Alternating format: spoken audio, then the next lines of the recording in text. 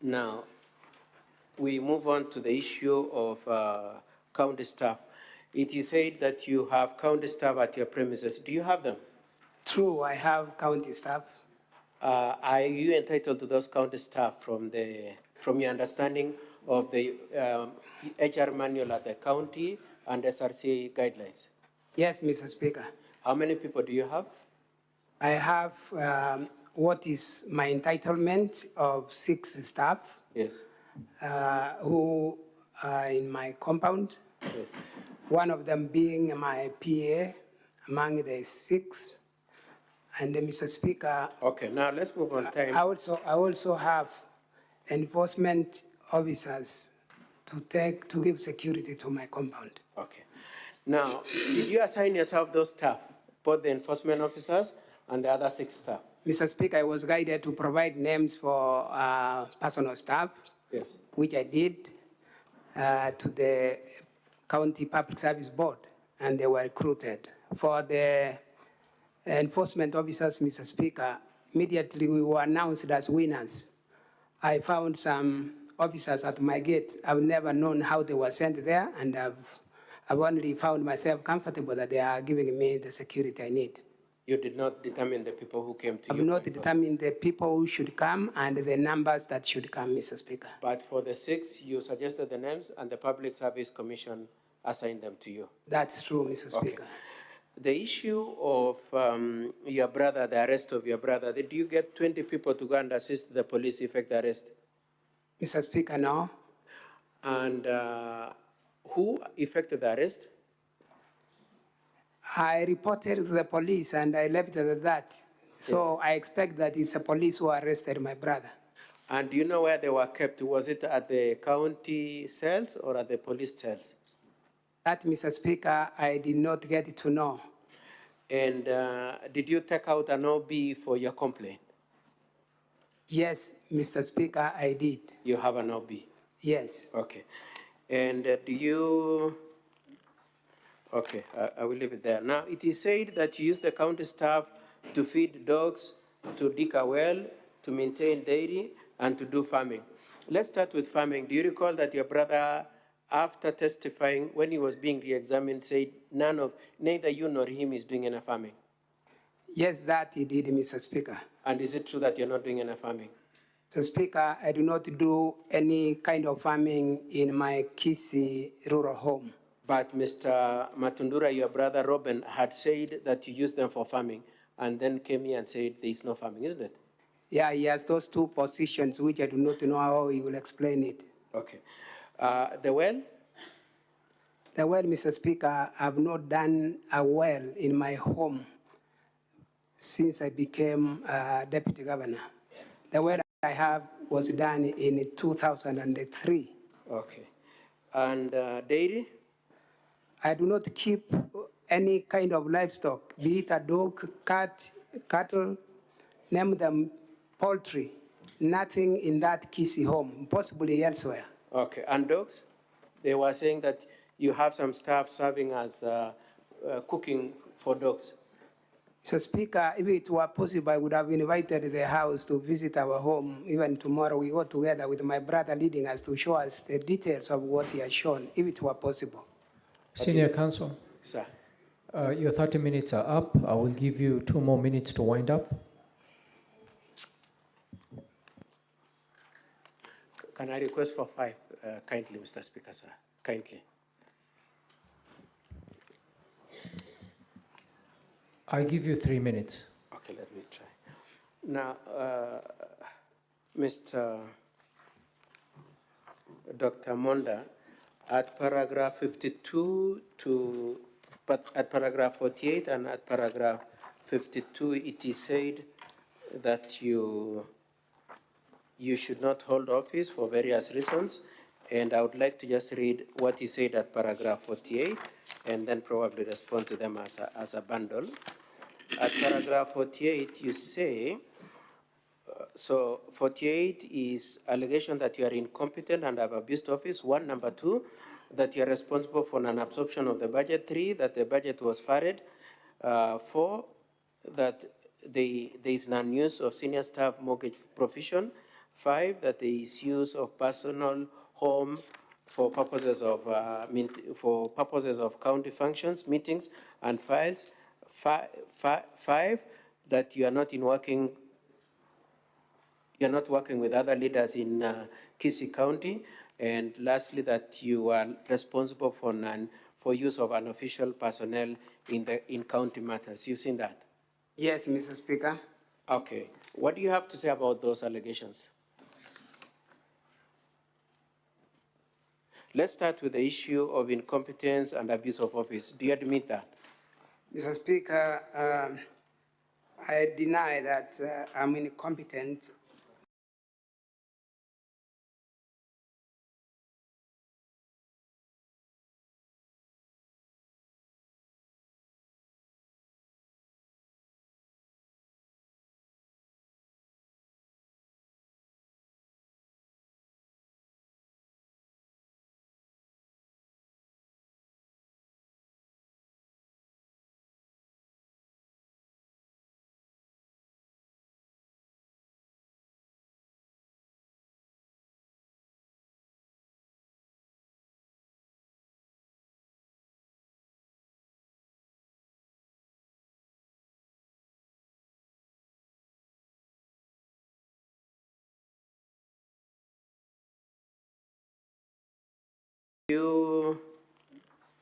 Okay, I will leave it there. Now, it is said that you use the county staff to feed dogs, to dig a well, to maintain dairy, and to do farming.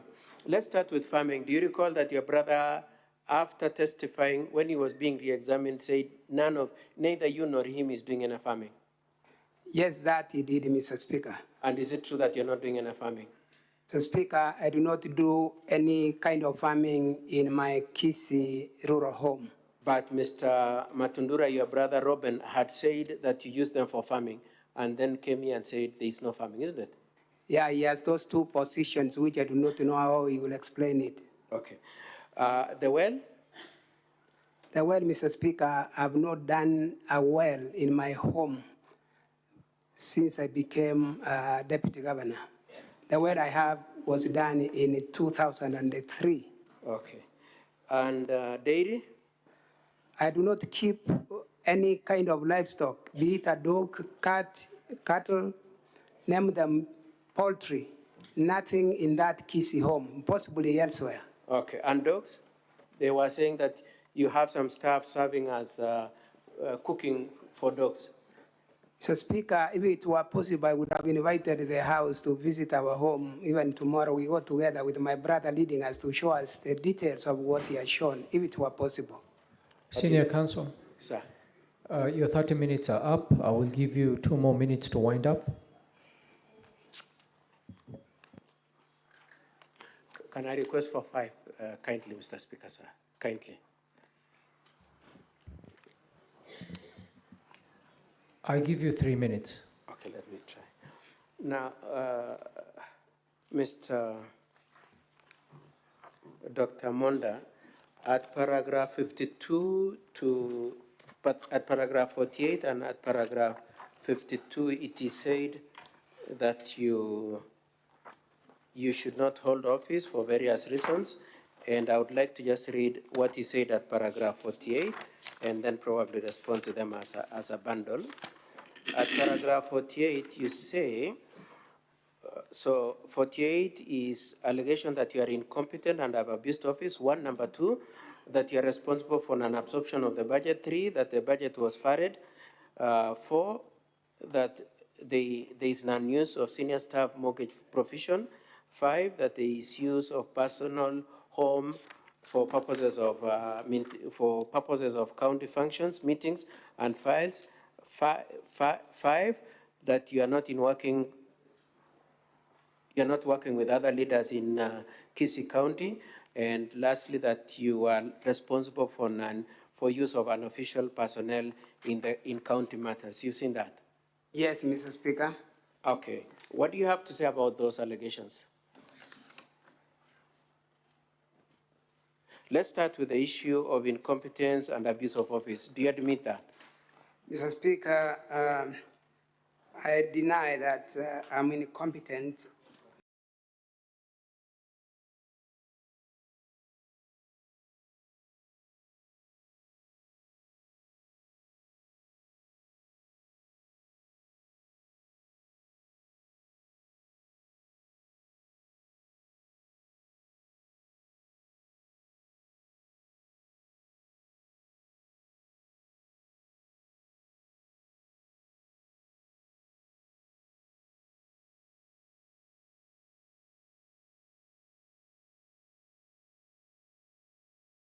He said, in the morning of 29th, I called the deputy governor and asked him what the money was, but he kept quiet, isn't it?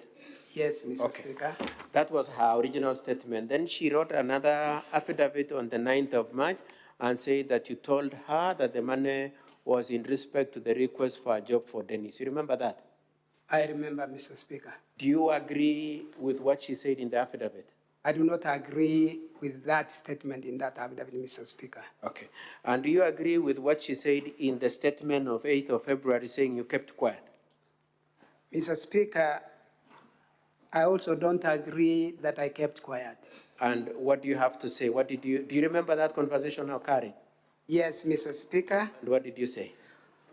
I told her that that money was mistakenly, erroneously sent to her number. Okay. And asked her if she can send the money back. Do I continue? Okay. And so then I would like us to move on then. So you told her it was an error, it was sent to her by error? Yes, Mr. It was Speaker. meant for?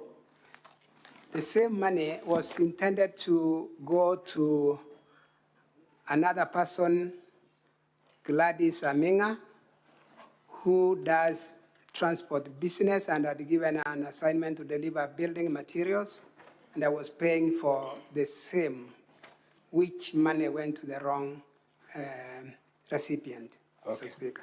Now, then there is the story of whether or not you try to reverse the remittance. What do you have to say about that question of whether or not you try to make to reverse the remittance? Mr. Speaker, I don't want to claim to be an expert in IT. I tried to do the reversal. I didn't manage, and I do not get a reason why I couldn't manage, and therefore I stopped it at that as I waited for the Lucy Waitho to return the money to me. And did you eventually get the return of the money? Sorry? Did you get the money returned to you? Yes, Mr. Speaker, the money was returned to me. On which date? On the 30th of May, To Lucy Wahito. To Aminga. Yes, Mr. Speaker. Aminga. Yes, Mr. Speaker. Once I realized that I made a mistake and sent the money to a wrong recipient, I immediately remitted the money. Gladys Aminga needed that morning to deliver the materials we had. And you've explained those payments at paragraph 35 of your affidavit, isn't it? Yes, Mr. Speaker. Now, could you confirm that those entries of the remittances to Gladys Aminga are in your M-Pesa statement at page 89 to 104, 89 to 104, at particularly paragraph 99 and 97, the sum of 100,000 plus 40,000 plus 65,000. In the Deputy Governor's bundle again. Which page? Page 99, or rather, yes.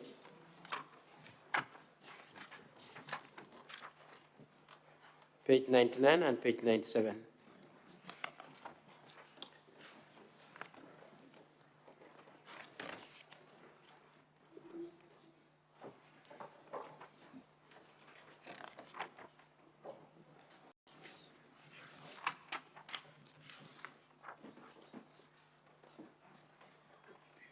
This pamphlet I have here is not there.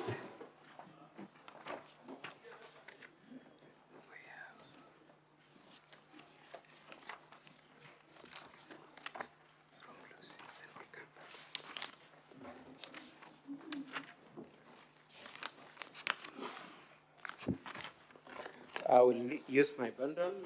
Look at it.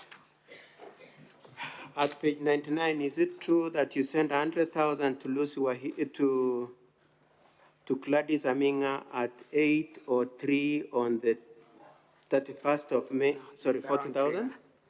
Yes, I sent 40,000 as a second installment, Mr. Speaker. And the first payment of 100,000 was paid on which date? I paid the 100,000 on the 29th of May at 9:17 a.m. in the morning. You're referring to page 99, isn't it? That's page 99, Mr. Speaker. And then you made another payment which is captured at page 97 of how much? Mr. Speaker, sorry. Mr. Speaker, I made another remittance of 65,000 on the 24th of June at 13:21. And all these payments were for? These payments, Mr. Speaker, were for the consignment of materials that I wanted transported, building materials, Mr. Speaker. Okay. Now, what was your explanation for why you say you erroneously sent this money to Lucy when you meant to send them to Gladys? Mr. Speaker, as I was picking the number to send the money to, I erroneously picked the one for Gladys instead of Lucy. One for Lucy Waido instead of Gladys Aminga. And why did you make that mistake? What could be the explanation for that mistake?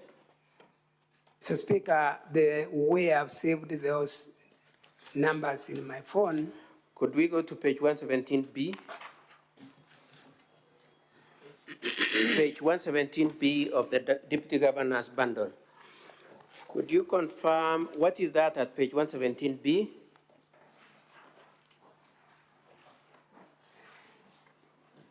What is that at page 17B? Is that These are the contacts, Mr. Speaker. this is your phone book on your phone? Yes, Mr. Speaker. The way you saved the numbers? Yes. And could you confirm if the names of both Lucy and Gladys are there? Yes, Mr. Speaker. Could you say how have you saved the name of Lucy? The name of Lucy is saved as CEO Wasco Lucy. And the name of Gladys? CEO Healthy Gladys Aminga. How far apart are those two names? Neighbors, Mr. Speaker, to one another. They're next to each other. Yes. And they're next to each other. And what do you have to say about the first two initials you've used to describe them? Mr. Speaker, I'd chosen to put the government officers in the same identity for ease of reaching their contacts. And so that is the way I'd identified them in my saving in the phone as book. CEO. What is the meaning of CEO? Chief Officer. Chief Officer. And what do you have to say about the alphabet? The alphabet, Mr. Speaker, after CEO is WASCO. That WASCO is followed by H, which is health. And so that is the reason why they are neighbors. Okay. So your position is G for Quasco in Lucy is followed alphabetically by health in the name of Gladys, and which then resulted in the arrangement of the names. Now, I'd like us to move on to the issue of threats to Dennis Misati. Did you threaten Dennis Misati? No, Mr. Speaker. It is said that you sent the threat through his father. Did you tell your father? Did you tell Dennis's father to go and tell Mr. Dennis that you are going to do something against him? No, Mr. Speaker. You did not. Okay. And did you have any direct conversation between yourself and Dennis at any point? I've not had any conversation, Mr. Speaker, with Dennis Misati. Directly? Never. Okay. Now, we move on to the issue of county staff. It is said that you have county staff at your premises. Do you have them? True, I have county staff. Are you entitled to those county staff from your understanding of the HR manual at the county and SRC guidelines? Yes, Mr. Speaker. How many people do you have? I have what is my entitlement of 6 staff. Yes. Who are in my compound. Yes. One of them being my PA among the 6. And Mr. Speaker. Okay, now let's move on time. I also have enforcement officers to give security to my compound. Okay. Now, did you assign yourself those staff, both the enforcement officers and the other 6 staff? Mr. Speaker, I was guided to provide names for personal staff. Yes. Which I did to the County Public Service Board, and they were recruited. For the enforcement officers, Mr. Speaker, immediately we were announced as winners, I found some officers at my gate. I've never known how they were sent there, and I've only found myself comfortable that they are giving me the security I need. You did not determine the people who came to I've you? not determined the people who should come and the numbers that should come, Mr. Speaker. But for the 6, you suggested the names, and the Public Service Commission assigned them to you? That's true, Mr. Speaker. The issue of your brother, the arrest of your brother, did you get 20 people to go and assist the police effect the arrest? Mr. Speaker, no. And who effected the arrest? I reported to the police and I left it at that. So Yes. I expect that it's the police who arrested my brother. And do you know where they were kept? Was it at the county cells or at the police cells? That, Mr. Speaker, I did not get to know. And did you take out an OB for your complaint? Yes, Mr. Speaker, I did. You have an OB? Yes. Okay. And do you, okay, I will leave it there. Now, it is said that you use the county staff to feed dogs, to dig a well, to maintain dairy, and to do farming. Let's start with farming. Do you recall that your brother, after testifying, when he was being re-examined, said neither you nor him is doing any farming? Yes, that he did, Mr. Speaker. And is it true that you're not doing any farming? Mr. Speaker, I do not do any kind of farming in my Kisii rural home. But Mr. Matundura, your brother Robin, had said that you use them for farming, and then came here and said there is no farming, isn't it? Yeah, he has those two positions, which I do not know how he will explain it. Okay. The well? The well, Mr. Speaker, I have not done a well in my home since I became deputy governor. The well I have was done in 2003. Okay. And dairy? I do not keep any kind of livestock, be it a dog, cat, cattle, name them poultry, nothing in that Kisii home, possibly elsewhere. Okay. And dogs? They were saying that you have some staff serving as cooking for dogs.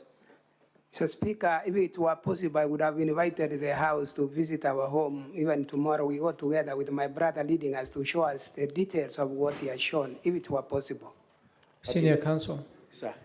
your 30 minutes are up. I will give you 2 more minutes to wind up. Can I request for 5, kindly, Mr. Speaker, sir? Kindly. I give you 3 minutes. Okay, let me try. Now, Mr. Dr. Monda, at paragraph 52 at paragraph 48 and at paragraph 52, it is said that you should not hold office for various reasons. And I would like to just read what he said at paragraph 48 and then probably respond to them as a bundle. At paragraph 48, you say, so 48 is allegation that you are incompetent and have abused office, 1. Number 2, that you are responsible for an absorption of the budget. 3, that the budget was funded. 4, that there is non-use of senior staff mortgage provision. 5, that there is use of personal home for purposes of county functions, meetings, and files. 5, that you are not working with other leaders in Kisii County, and lastly, that you are responsible for use of unofficial personnel in county matters. You've seen that? Yes, Mr. Speaker. Okay. What do you have to say about those allegations? Let's start with the issue of incompetence and abuse of office. Do you admit that? Mr. Speaker, I deny that I'm incompetent. Christian in the Seventh-day Adventist Church, 70-day worship on Saturdays, and I'm a church elder in the same church for a number of years now. Family? You're a family man? I am a family member with a wife, adult children, and several grandchildren, Mr. Speaker. Now, you are aware of the, Sorry, I have, Mr. Speaker, served as a member of parliament in the Parliament of Kenya, the 10th Parliament. And Mr. Speaker, in the same Parliament, I chaired the Health Committee, coming up with the Cancer Act, and also several other acts that we amended and proposed. Mr. Speaker, I sat in the Committee of Agriculture, I sat in the Liaison Committee, and also in the House Business Committee. thank you. Now, you know why you are here before the Senate?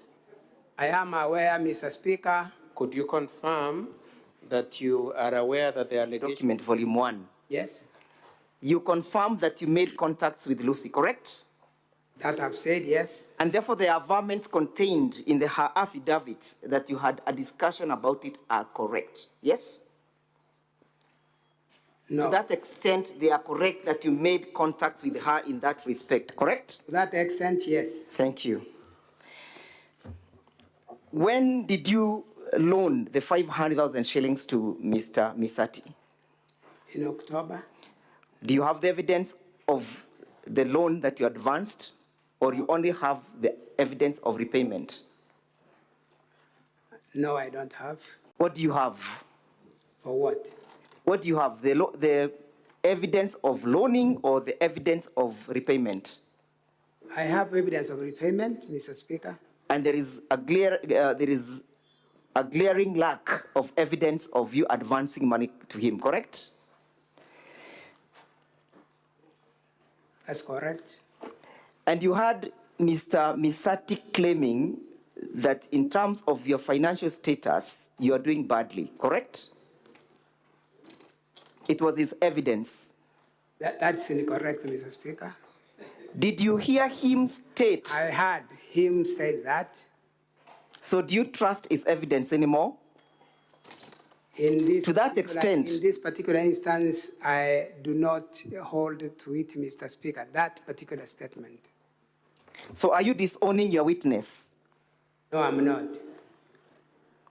So what do you want the Senate to treat that piece of evidence to the extent that you are a pauper? You want a yes or a no answer? How do you want the Senate to treat that piece of evidence? And whom between you and your witness is lying? None of us is lying, Mr. Speaker. Yes?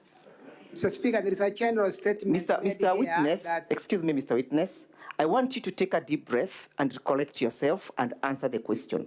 Who between the two of you is lying? Your witness or yourself? Mr. Speaker, once again, I'm trying to answer the. Go the ahead. What attorney is your is, answer? blocking me. What is your answer? My friend, Mr. Misati, while standing here as a witness, talked about problems of politicians, and he said most of them have challenges in terms of money.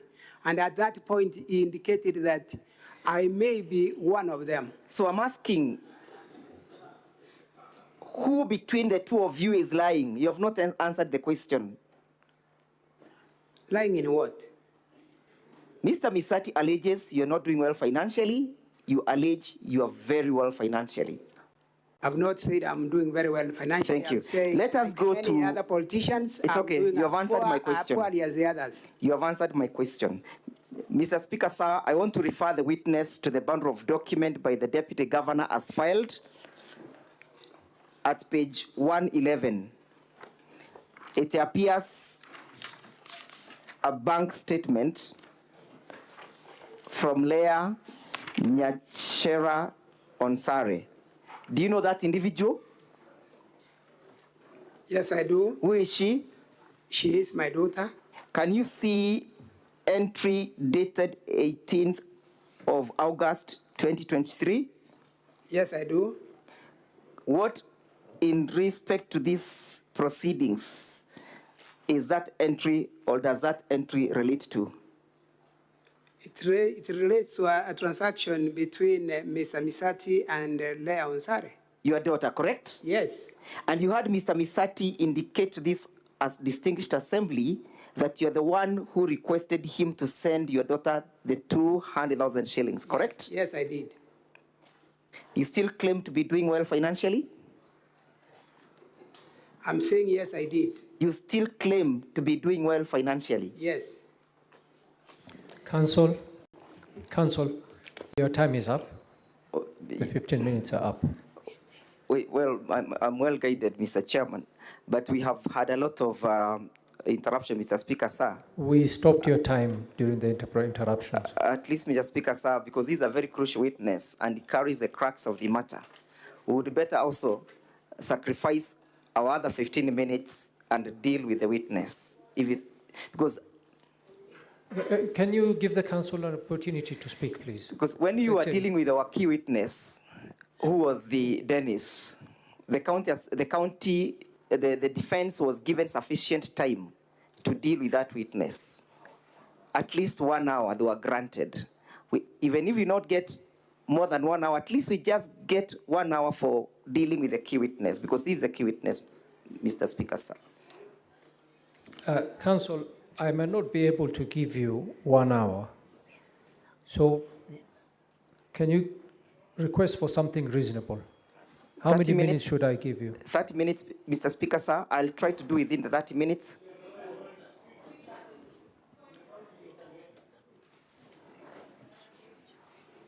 No, we cannot take too many points of orders. I have Senator Mugeni first on the list. And on this side, I have Senator Cherargei. Those are the only 2 points of orders I'll take so that we can move on. Senator Mugeni. Yes, Mr. Speaker, sir, because this is a quasi-judicial proceeding, and we want to be seen to be fair to both parties, and since this is the star witness, he's the one who is actually trying to defend himself, and we need to get an opportunity to interrogate all the issues and to also to give counsel enough time. I'll plead, Mr. Speaker, sir, that we allow him 45 minutes so that we don't, if somebody is reviewing our record, we don't seem to have been favoring one side to the disadvantage of the other side, Mr. Speaker. Senator Cherargei. Mr. Speaker, you had made a ruling earlier on that the council for the county assembly had requested to waive their cross-examination time. And I think you made a ruling that, and we agree, they have a right to waive. So if it is still their position that they can still waive cross-examining the rest, I think they had said 2 witnesses, so that that time can be added to the star witness of the defense, then I don't think there is no problem, because you had made a ruling that they can do that. Then they can still make that application and continue to receive the time that was meant for cross-examination to cross-examine the star witness, Mr. Speaker, because we really want to know what happened, Mr. Speaker. And I think that ruling you had made in the morning. I thank you. Okay, I will allow 2 more points of orders, and this time I'll take ladies. Senator Crystal Asige. Senator Crystal Asige. My apologies, Senator Crystal. Apology accepted. Thank you very much, Speaker. I had wanted to say exactly what Senator Cherargei said, that there was a ruling in the morning, and we had all agreed amongst us that we would allow for the council to reserve his time, remove it from 2 witnesses, that he said he would then instead use that time on this star witness, Speaker. Thank you, Senator. On this side, Senator Gloria. Speaker, I am of the opinion that as much as I understand that the ruling was made earlier, Speaker, but 2 points have been raised prior on issues of technicalities, even from the County Assembly, Speaker.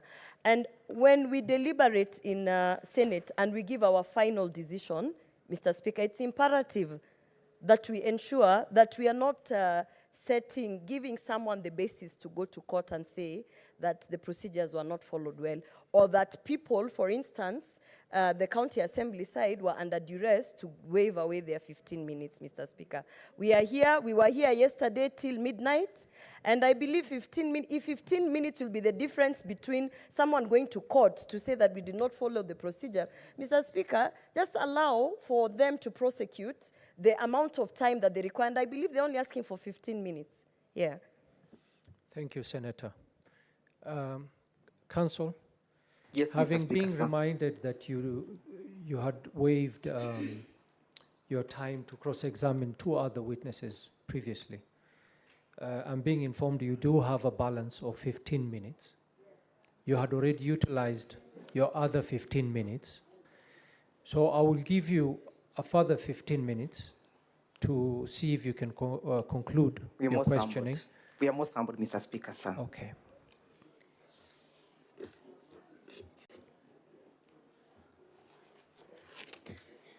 Mr. Witness, where did you meet Madam Lucy Wahito from? Did you call her to your office? Did you use your phone? How did you meet her? How did you speak to her? Mr. Speaker, I met Lucy Waito at the stadium where we hold our offices. So it was correct when she informed the Senate that she met you or you summoned her to your office, correct? No, it was not a summon, Mr. Speaker. You called her It to your was office. a casual meeting out there. The governor had a different function, and I met her in that function. You met her in the function. Did you look at the pleadings of Lucy Wahito appearing at page 263, her affidavit in the bundle of document, volume 1? Did you see that averments, paragraph 13? Can you see which one? Did you see paragraph 13 We are trying to look at it. of the affidavit? Which page is that? Page 263. Paragraph? 13. Sorry, paragraph 5. Sorry, I beg your pardon. Did you see paragraph 5? The number 5, yes, I can't read the number, but I can see the bottom paragraph. Yes. Are those averments correct? That the recruitment of the commercial manager was to take place in April, correct? Yes, it is correct. And that is the same time that you met Mr. Misati and the boys at your house, correct? No, Mr. I'm Speaker. asking, in April is the same time you met them, correct? That's incorrect, Mr. Speaker. Which month did you meet them in your house? Was in May 28th. May 28th. Let's go to the May 28th now, because you have taken us there. Would you recall the events of May 28th?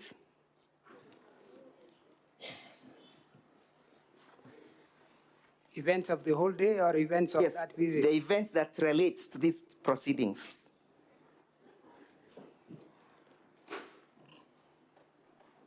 Yes, Mr. Speaker, there was a visit by Mr. Misati and his sons to my home. How many sons were in the company of Mr. Misati? 4. 4 of them. Had you previously met Mr. Misati in your house? Previously? Not once, we met separately. Was it every time casual or usual for him to be accompanied by his 4 boys? Not for Mr. Thank you. Speaker, they come sometimes too. You have answered the question. So what was so unique about this meeting for the 28th of May that he'd be accompanied by his sons? Nothing unique according to me, Mr. Speaker. Thank you. Did you know that he was to be accompanied by his son at the time he was paying you a visit? No, Mr. Speaker.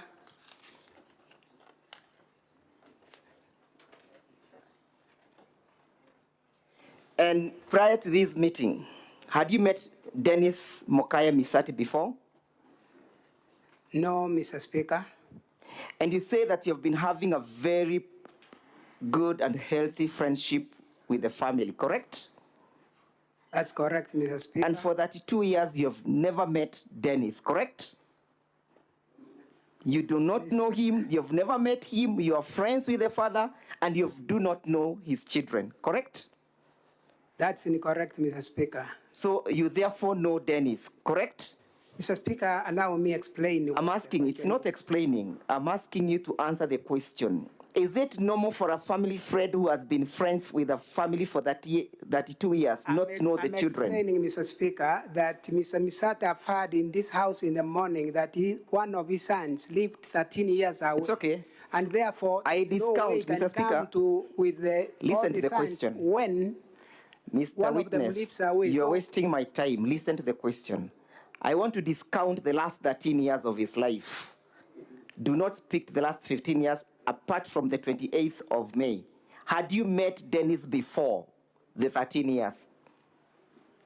No, You have never met him, right? I've never. And you are good friends with the father, Yes, 32 years. yes. Has Mr. Misati's family met your children? Yes, Have they grown up together? growing up together in to what extent? Yes. Yeah, they know each other. They know each other. Yes. It's only you, the father, a good father, No. a loving father who has not met Mr. Misati's some children. of our children met, some have not met, and I cannot speak that we have had that close Mr. Witness, relationship with all the children. I put it to you that you are lying, that you have never met Mr. Dennis Misati. Did you listen to the testimony by the father? Yes, I did. Did you hear that the father confirmed that Mr. Misati's children knows you very well? Yes, that is said. So whom between the two of you is lying now? None of us. Because if the children know It's okay, me, you I have would answered not the know them. question. I have not put a question to you.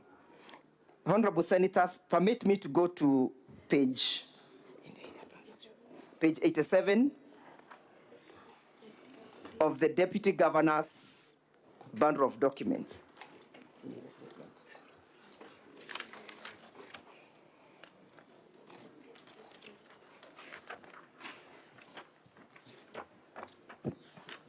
And as I deal with that aspect, Mr. Speaker, sir, permit me to correlate that annexure with paragraph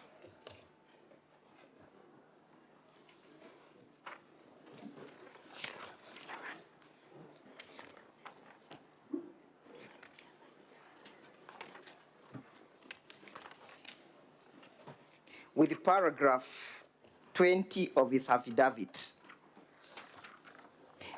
Mr. Witness, it is in your evidence and testimony that you received 249,000 from one Dennis Misati, correct? I'm putting a question to you. I've not asked you to read. Did you receive 49,000 from Dennis Misati? Yes, Page 5 of his bundle of documents of the Deputy Governor's defense. Page 5. Yes? And it is your varmints that he had received that money from his mother, correct? yes, And that the 249 were meant to pay a debt that you had advanced to his father, correct? true. Had you previously, before this occasion, ever advanced money to Mr. Misati before? We are in that kind of... Had you advanced, yes or no? Yes, I had. Did you, how much had you advanced before, if you may remember? Before this occasion? I can't give one figure. Yeah, but just give us a figure, approximately. We have had exchanges of money, 100,000, 200. Yes, thank you. Even before Thank you. I became You have answered. a governor. Now, during the repayment of that, did he pay you? Yes. Did you involve his children in the repayment of that loan? No. It's an answer. Did you involve his children? No. What was so unique with this debt that you had to involve Dennis? Mr. Speaker, I have... What was so unique with this debt? I have not had an involvement of Dennis from my end. No. I received my money from one Dennis, Joseph Misati. How he transmits it to me... It's okay. is not... You received money from Dennis, correct? I received money from... And it is your varmints, and you're trying to explain that the money was sent to Dennis by his mother. That is in your averment. Correct or not correct, Mr. Witness? That's correct. I got it from the parents. And You got it from the parents? Yes. And so I'm asking, because you have averred through your affidavit, you have averred Proceed, through your Counsel. affidavit, Proceed. you have averred through your affidavit that the money that Dennis received was sent to him by his mother, correct? That's correct. I'm asking a simple question. Previously, you never involved Misati's children in the repayment of his debts to you, correct? Correct or not correct? Incorrect.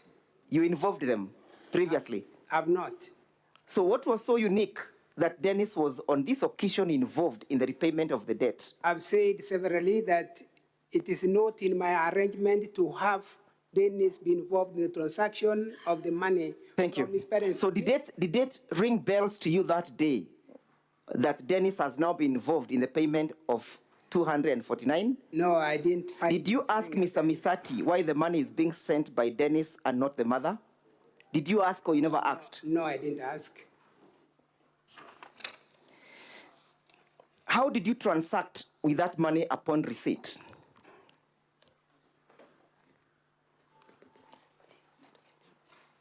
Is your question complete? How did you transact upon the receipt of the 500,000 shillings? How did you transact? Mr. Did you Speaker, send 100,000 shillings to Lucy? Yes, that is true. What time did you send him? Where is that? But let's go first of all to the time that you received this money. Honorable Senators, we can go to page 99 of the Deputy Governor's Bundle of Defense. It bears the M-Pesa statement.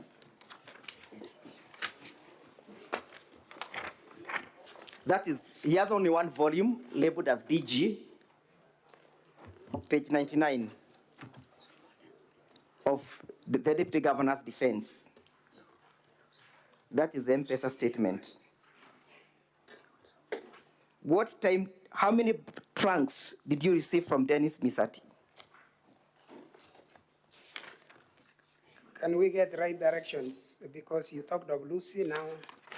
I've led you, Mr. Governor, to page 99 and 100 of your bundle of documents. Are you there?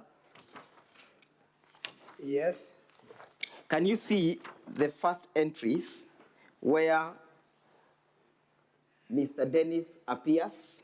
Yes. Can you see where he sent you 150,000? Yes. Which date was it? It was on 28th of May at 20:33:51. Confirm that he sent this money while he was at your house, correct? Correct. What time was it? Was it during the day or at night? It was at night. Did you need any cash money with that day? Of course, I needed my money back. I'm asking, not the money. Did you say you want the money in cash? Yes, I wanted money in cash. And whom did you tell that you wanted money in cash? Joseph Misati. Yes? Joseph Misati. And so Joseph Misati came before this house and testified that the reason why the money was sent to Dennis was that he could go and withdraw the money, correct? Correct. Where was it withdraw the money? What? Where was he to withdraw the money? Where? Of Yes. course, in the M-Pesa shop. Where exactly? Keumbu. Keumbu. Yes. From Keumbu to your house, how many kilometers is it? About 3. About 3. Does Dennis have a car? Dennis? Yes. No, if he has, I don't know. Did you hear his father testifying that they needed a young man who could run very fast? That he said. That he said, correct? Yeah. Did Mr. Misati come driven with his car? Yes. That day, correct? Yes. And so the money was sent to Dennis that he could go and rush and withdraw and bring you cash, correct? That will be Correct or not correct, Mr. Witness? correct. So he was to run faster than the car, correct? No, that I cannot. Correct or not correct? Yes? The running explained by Mr. Misati was from It is you now, is your witness. I want you to confirm and corroborate his evidence. Correct or not correct? correct. Thank you. So, eventually, did you get the cash? No, The cash, did you get it? I'm saying no. So was your desire and the need to have the money repaid met when you received the M-Pesa from Dennis? Yes. And what time did you receive the second bunch? You received it for purposes of time at 20.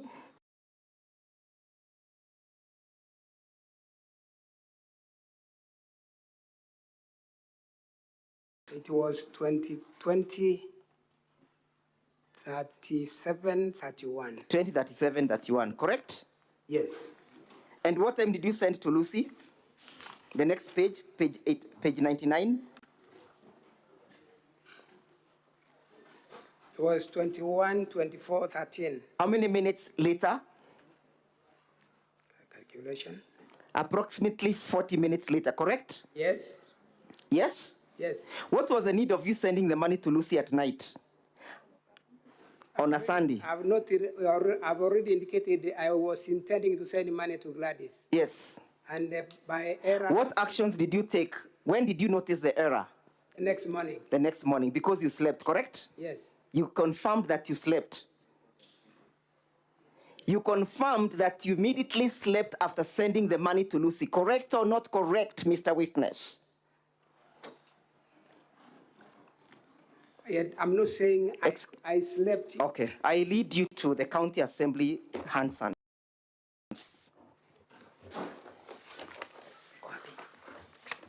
Did you appear before the County Assembly as I look for the page and confirmed that immediately you slept?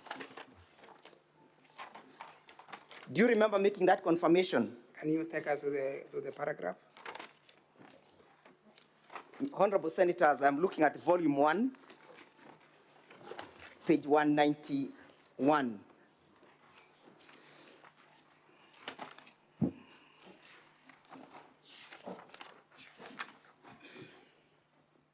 Where is answering my learned senior counsel question. The last paragraph, he says, I was due to give her 100,000 shillings, and as I did this, I erroneously picked the wrong number and sent the 100,000 shillings then. Then I slept without knowing recipient is a different person.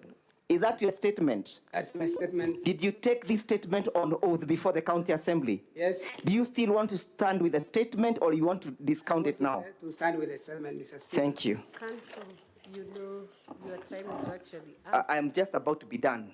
5 minutes, Madam Speaker. Because for me to debunk the lie. Counsel, I'll give you 2 minutes. You just maybe wind up with the questioning. I'll try my best, but I'll seek your indulgence. Mr. Witness, look at where you sent money to Lucy, correct? At page 99 of your bundle of documents. Yes. Can you see at 2357, you sent money to Wilfred Momanyi, 10,000 shillings? Yes, I did. Was it the same day? Same day. Were you asleep? I slept. Did you send the money while you were asleep? No. Thank you. Let's proceed. That is 2 hours later, correct? But you know... That is 2 hours. Excuse me, Mr. Witness, you're wasting my time. That is 2 hours later, correct? It is 2 hours later, yes. And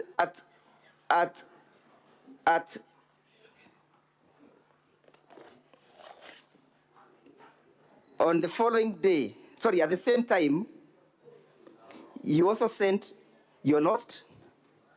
You also sent money to one Joseph Aurora, correct? 3,000 shillings, correct?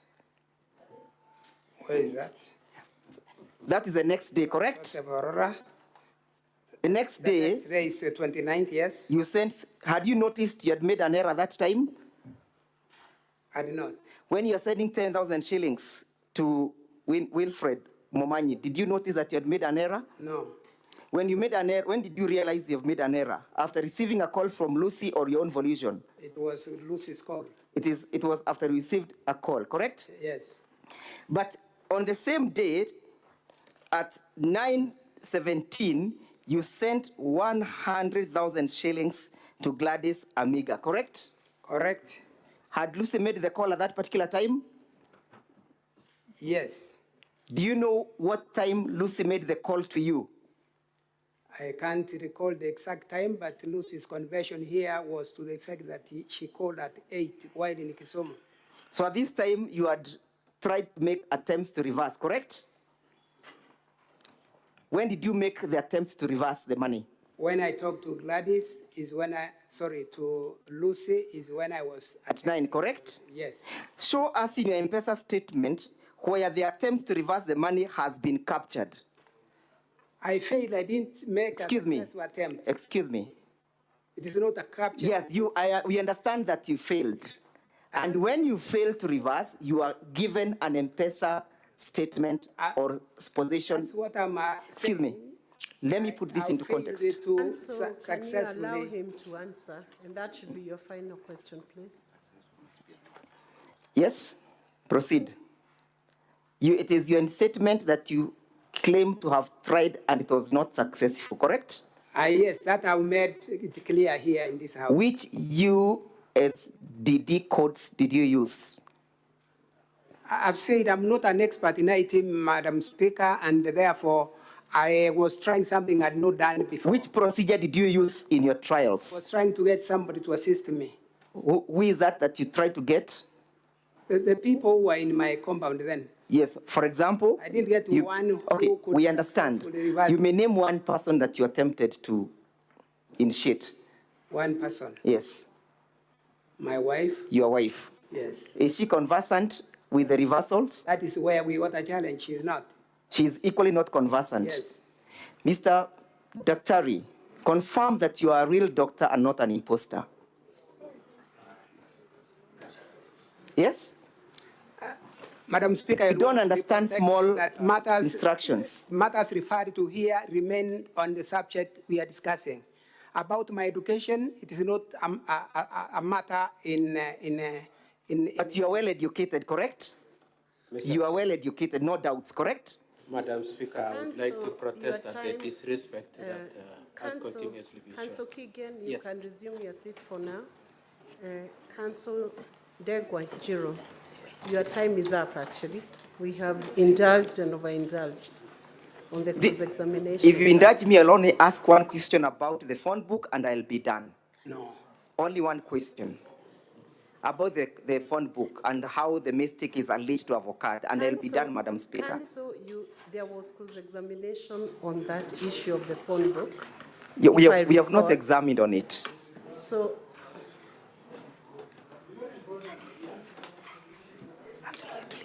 Clear kwanza.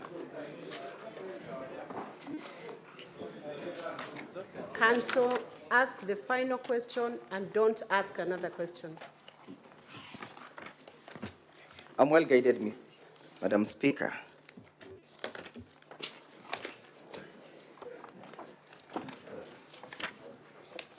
Mr. Witness, let's go to page 117 of your bundle of documents, the volume from the Deputy Governor.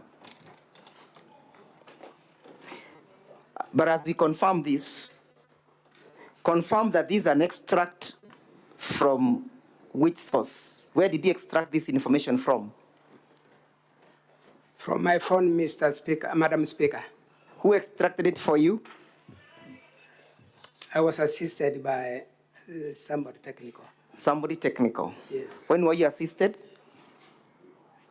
When I was providing the evidence here. Was this a document that was typed or you directly downloaded it from your phone? It was done from my phone. It was typed, correct? Not typed. Yes? No. Which date was it done? Does that document bear a date? It doesn't. Does it bear any print showing the source of the document? Print. No, except for the names that are listed there. Except for the names, correct? Yes. I put it to you that you are the one who did this to try and choreograph your story. I'm not the one. Finally, when did Lucy Thank you, return the money to Counsel. you? Thank you, Counsel. That marks the end of that cross-examination. This is now time for re-exam. Madam Speaker, we had sacrificed, because at least there's something that has not yet come out. Gladys is alleged to have received money. We have not spoken about the story of Gladys.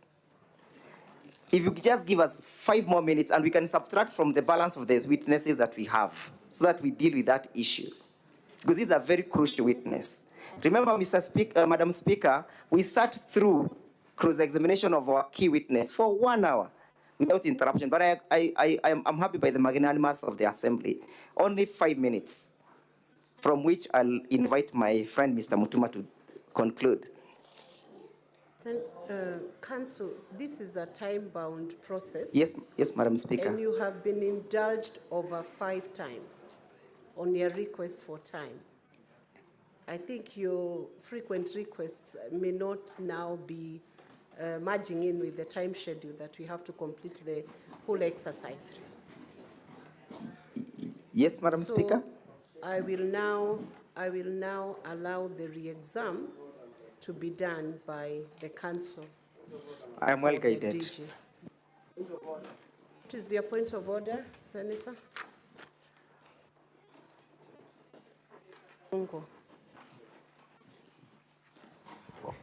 Thank you very much, Madam Speaker. I think if I heard the counsel clearly, he's saying that they are willing to sacrifice more minutes from the other witness. And if they think this is what is going to help their case, Madam Speaker, we would want to hear them.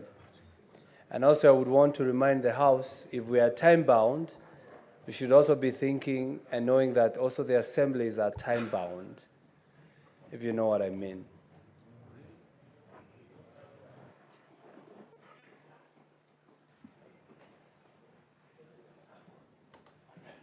Senator Cheptumo, you have a point of order. Madam Speaker, I also want to request to you, because, Madam Speaker, if the council for the county assembly is ready and willing to surrender a portion of their time, and Madam Speaker, they are saying that they have a critical area of their evidence to cross-examine this witness.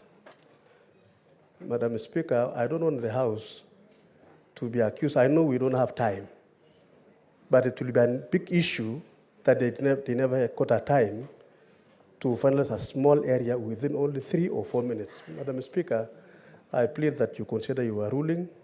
I want to support what Senator Kiambu is proposing. It should be fair for this House.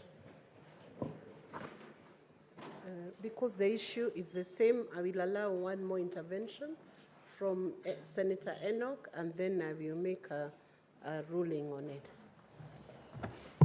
Madam Speaker, it is the same plea. Listening to the counsel for the assembly, they are not asking to spend more time than they have. They're just asking to spend their time differently. I had another witness here say it's the way he manages his finances. So they just want to manage their time differently. I thank you, Madam Speaker. In view of the mood in the House and the fact that you will just take your minutes from another witness, I want you now to make a proposition on how many minutes you want to take from your other witnesses, and then we allocate you that to finalize. Madam Speaker, you only take 6 minutes. 6 minutes, and Secretariat, will you take away the 6 minutes from their other time schedule? Before you proceed on, Senator Methu, and in under half a minute. Thank you, Honorable Speaker. I'll take very little time. I thought as part of procedure, it is fair that the Council would let us know which of the witnesses they are taking the minutes from, so that we know specifically from whom they are taking the minutes from, so that we don't get the witness and then they backtrack they know what they had donated. Senator Methu, to array your fears, I will ensure that we take out those minutes from either of their witnesses. We could even proceed from 3 minutes from each of the witnesses. He's taking 6 minutes, and the Secretariat can begin timing, and it will be strict. Thank you. Council General. Thank you, Madam Speaker. When did Lucy refund the money to you? Lucy refunded the money on the 30th of May, Madam Speaker. From the 29th up to the 30th, did you try to call her to ask why she has not refunded your money? Madam Speaker, I talked to Lucy and she told me she was at the airport in Nairobi landing for a meeting. Yes, which day did you speak to her?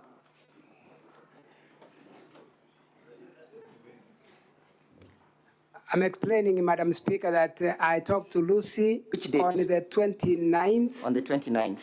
Yes. Yes. And the money was refunded on? The 30th, the next day. I yield the witness to Mr. Mutuma.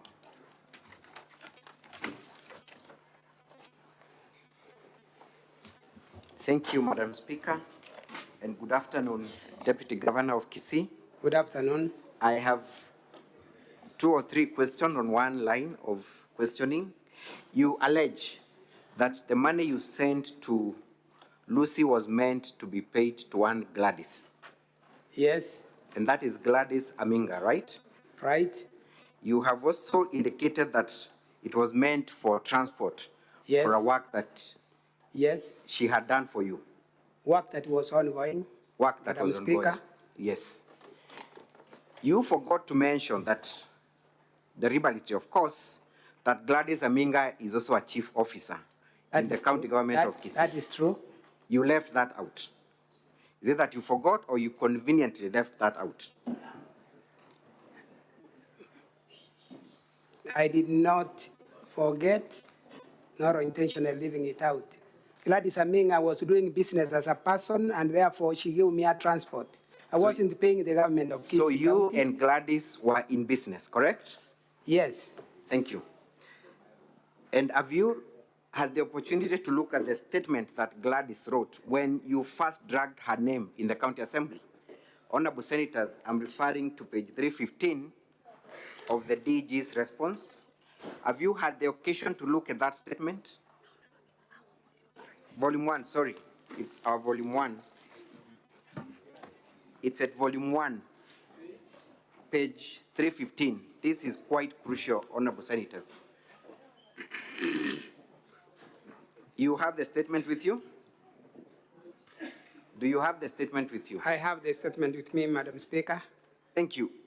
Gladys says that on 28th of January 2022, your wife made a request for her nephew to be granted a tender to supply non-pharmaceutical materials. Can you confirm that? I cannot confirm that, Madam Speaker. You cannot confirm that? Gladys goes ahead to say that you called and forced her to grant the tender, and the tenders are cited and quoted at paragraph 317. Madam Speaker, I request that we are taken through that affirmation. It is at page 317 from page 315. Specifically, do you know one Osiemo Bernard Mogengo? Is that your nephew? Or the nephew to your wife? I do not know that name. You do not know that name? Yes. Do you know a company called Bisfarm? I do not know the company named Bisfarm in this statement. Gladys states that you influenced the issuance of this tender and promised that you would also give her an opportunity to supply you with building materials. Madam Speaker, I'm asking that we be taken through that particular line where being led. All right, can you read paragraph at page 315, the paragraph that begins, I became the chief officer. Volume 1, Honorable Senator of the County Assembly's response. Page 315. First of all, confirm at the top, the person who swears that statement is Gladys Aminga. Yeah, the name is Gladys Aminga. Confirm that 0727455843 is the same number you sent money to, and that number belongs to Gladys. That number appears at the top, correct? Correct? Let me refer. That is the same number, correct?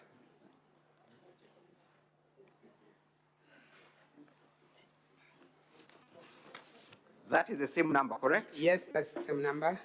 Confirm that the designation of this person swearing the statement is Chief Officer, Medical Services, Public and Sanitation, Kisii County Government, correct? From the statement, correct? Correct. Can you read for us the paragraph that begins with, I became the Chief Officer on 28th of January? I became the chief officer on 28 January 2023 after being competitively recruited. Thank you. By the jump to the next page, 316. Begin with today, 29th February 2024. Day 29 February 2024, while defending himself in the impeachment motion, mentioned my name by stating that he sent me money through M-Pesa in the month of May 2023. I wish to put the record straight as follows. Proceed. Proceed, kindly. What's this? In the month of May 2023, the Deputy Governor's wife, Joyce Monda. Is that your wife? Confirmed for record purposes, Joyce Monda? She's Joyce Unsare. She's not Joyce Monda. But Monda is yourself, right? So it is correct if she is referred to as Joyce Monda. Monda is my surname. Proceed. Who is known to me, called me and asked me to assist her nephew who had 2 companies in the supply of medical drugs and non-pharmaceuticals. She what? Council, you know your time is up. Yes. The nephew by the name Musiemo Bernard Mogengo. Where do I stop? I think you can stop there because the statement is clear and senators are able to read. That allegation is that the amount of 100,000 you're paying to Gladys was as a result of you allowing her to work for you in exchange of the tenders that she had granted to the nephew to your wife. What do you have to say to that? Madam Speaker, I deny having knowledge of that kind of position. Mr. Deputy Governor, Doctor, you were supplied with these documents in advance, correct? No, Madam Speaker, these documents... These are parts of the documents that the County Assembly supplied you with, correct? No, Madam Speaker. Are you saying that your council does not have a copy of these documents? Is that what you're saying? Because we know it is true and your council will respond. Have you made any attempt to respond to the allegations on that statement? You have not. You have not challenged that allegation that you had knowledge of, have you? You want me to respond? Yes, proceed. Council, your time is now up. Madam Speaker, she's giving direction. Give your final answer on that. Madam Speaker, on the date this is being made, this statement is being made, is the day I was undergoing the impeachment. The question on was, the floor of the House. The question was, and it is referring to that impeachment process that I had mentioned her name. So from there, the question is, have you responded to that allegation that you had knowledge of? Council, can you let him answer? Thank you. I just wanted her, Madam Speaker, to answer the right question, whether he has responded to these allegations, because he had knowledge of them. Proceed and answer.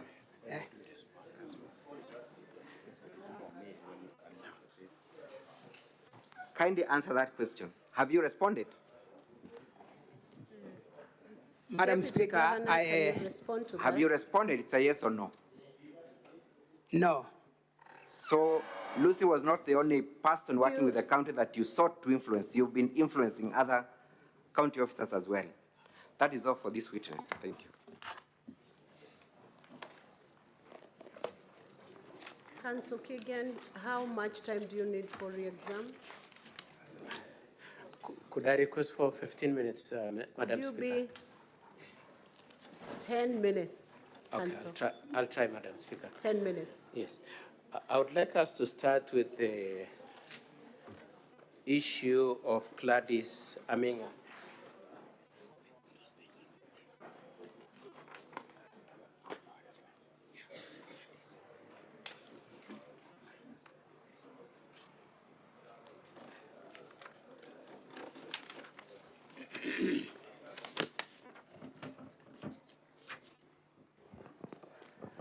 Now, the first thing I would like to ask you is the question of whether or not you've responded.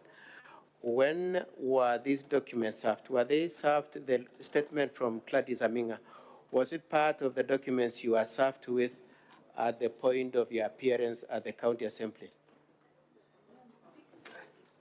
No, Madam Speaker. And they were served when this motion was presented to the Senate, isn't it? Yes, Madam Speaker.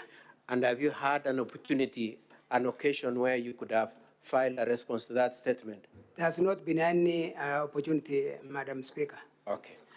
Now, I would like us to discuss the contents of that statement. My colleague repeatedly asked you whether it is true that you forced Gladys Aminga to give a tender. And the first thing I would like you to confirm, do you know this person mentioned in this statement? This Osiemo Bernard Mogengo, do you know him? I do not know him, Mr. Speaker, Madam Speaker.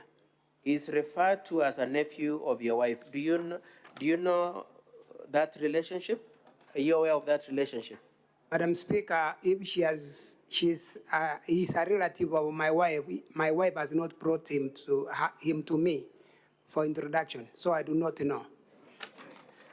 Now, you've been asked also whether you know some two companies associated with that Osiemo Bernard, namely Peace Farm and Mobichem. Do you know the two companies? No, Madam Speaker.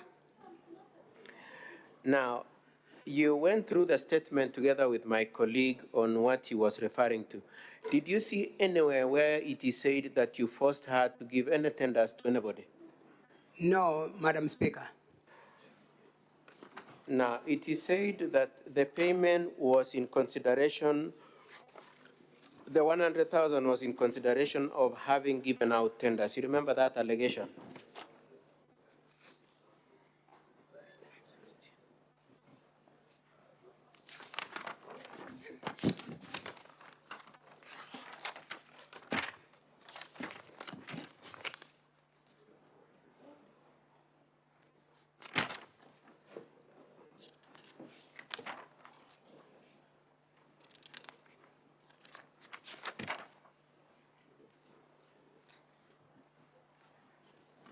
Now, you recall the question being put to you that it is alleged that you were sending this money because you had influenced some tenders. You remember that? Yes, that was the question. Now, what was the purpose of the 100,000? Madam Speaker, the 100,000 was part payment towards transport services that I got from one Gladys Aminga for construction materials. Now, I would like us to read what Gladys says and confirm whether she confirms that the payment was for services rendered.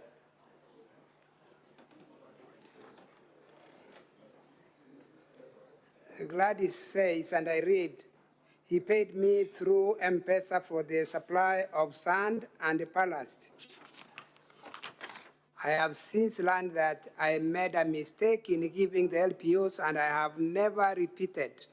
That is all I wish to state. That is Gladys Amenga. And so Gladys Aminga very explicitly explains that the payment, the remittance of 100,000 was a payment for services of transport and supply of sand and ballast, isn't it? That is true. And that's what you are paying for yourself? That's what I was paying for. Does Aminga, to the best of your knowledge, say anywhere that you personally told her to give tenders to anybody? Nowhere she said that. Yeah, okay. Now I'd like us to move on to a different issue. You've been asked whether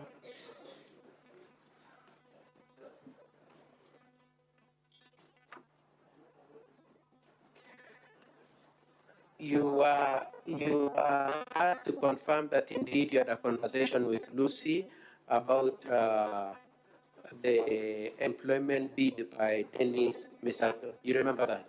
Yes, I remember. And you said you mentioned it to Lucy. I did mention it to Lucy, Madam Speaker. Okay. Now, when you say, when you were taken then to the affidavit of Lucy, do you agree with the way Lucy has explained about that issue of how you met? No, I do not agree. More specifically, did you summon her? No, Madam Speaker, I have not summoned Lucy for this kind of discussion. For emphasis, in what circumstances did you meet Lucy at which you mentioned this issue? I met Lucy in a function we had with the governor in the stadium where our officers are, and I mentioned this position by my friend, Misati. Okay, then it is said that you are struggling, you do not have funds, you are a pauper, and what do you have to say about that? Poverty, Madam Speaker, is relative. It depends on who is affirming that. In the eyes of one, it could be I'm a pauper. In my own eyes, I'm an honorable deputy governor of the Kisii County. Let's talk about more in terms of your circumstances. Are you able to underwrite your liabilities and obligations? Yes, Madam Speaker. You are able to meet your obligations? Yes, Madam Speaker.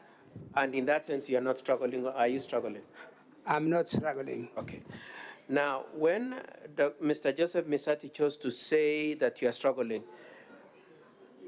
was that a communication you had passed on to him? Had you told him that I'm struggling, or how did that come up? It's not my position. Mr. Misati made a general statement about his understanding of It was his those of us, understanding yes, of the issues. those of us who are politicians. Okay. Now, questions were asked about whether or not you've involved children in repayment of your debts in the previous relationship with Mr. Joseph Misati. And my question is, on this day, did you know that Mr. Misati was coming with his children? No, I didn't know. You didn't know. And did you agree with Mr. Misati how the children would be involved in him refunding the money you had lent him in October, November 2022? No, Madam Speaker. Whose decision and judgment was it on how how the money was to get to you? It was Mr. Misati's. It was Mr. Misati who chose how he wanted to send you? Misati Joseph, yes. Okay. I would like us to look at the Hansard, page 191, where you are asked about whether you slept after sending the money, page 191 of the Hansard.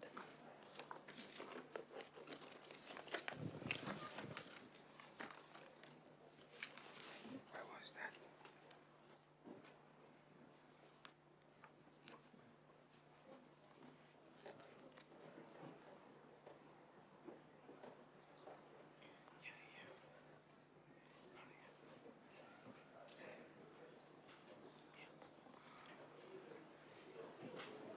Now, it is said that after you send the money to Lucy, you slept, isn't it? And that's what you said at the county assembly, isn't it? Yes, Mr. Speaker. Now, I want us to confirm if this is what is stated in the answer.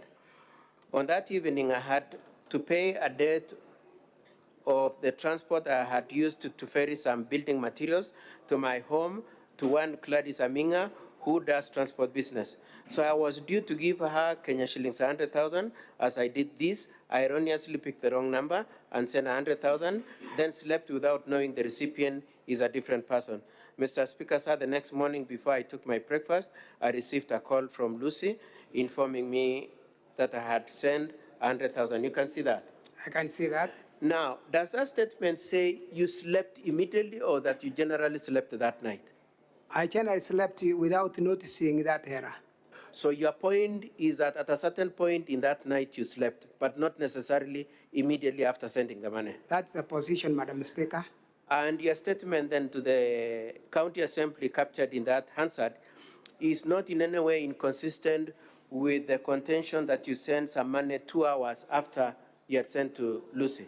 That is true. It's Madam not Speaker. inconsistent? Yes. Okay.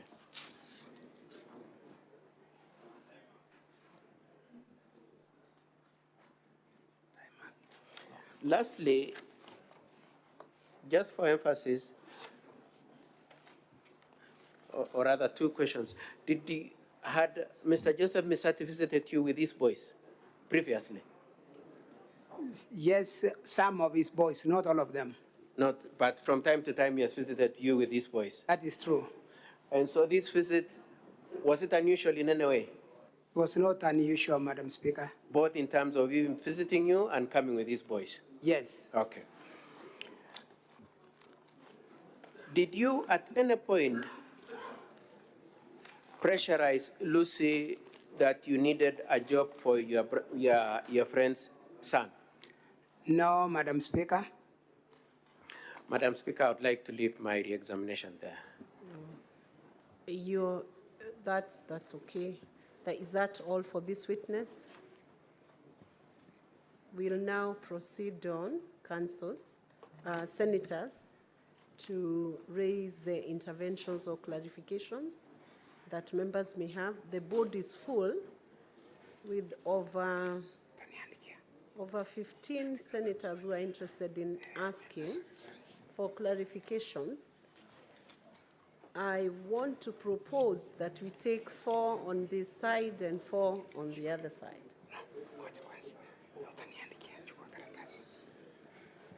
So let's begin with Joe Nyoto. Senator Joe Nyoto. Thank you, Madam Speaker, for this opportunity. I just want to seek very short clarifications from the witness. And the first one is from the evidence of Joseph Misati, the friend. Misati went to the DG's home accompanied by his sons for that meeting where they had a separate meeting between him and Joseph Misati with the sons at a distance. The clarification I'm seeking is, why would grown men, the sons, accompany the father to a meeting with a friend to discuss matters that did not relate to the employment of Dennis Misati? That is one.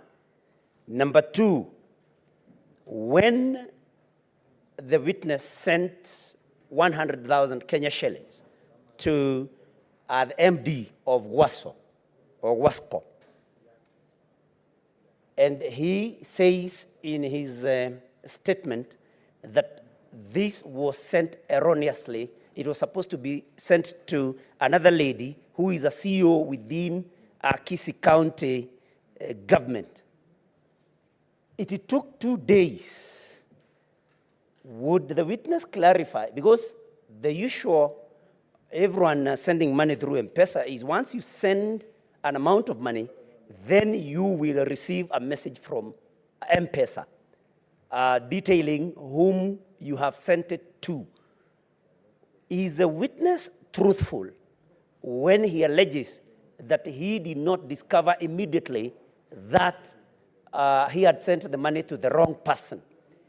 And even if he did, he alleges that he was not, he did not have the technical know-how to reverse the transaction.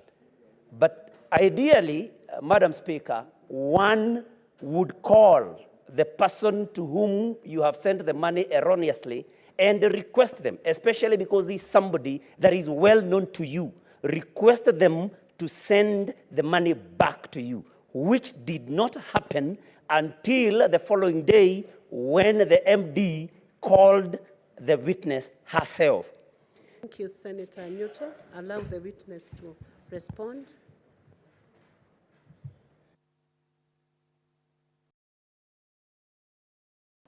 Madam Speaker, Mr. Misati Joseph came with his 4 sons, and at my age and his age, we thought, and it's normally the practice, that we leave the children aside and do business of your own. I did not have any special reason to accommodate the children in the discussions we held with Mr. Misati.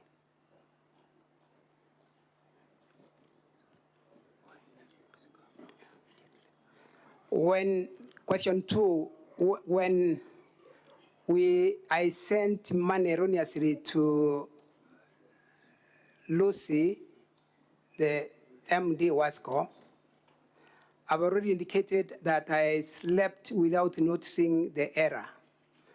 The next morning, Lucy called me and told me about this money.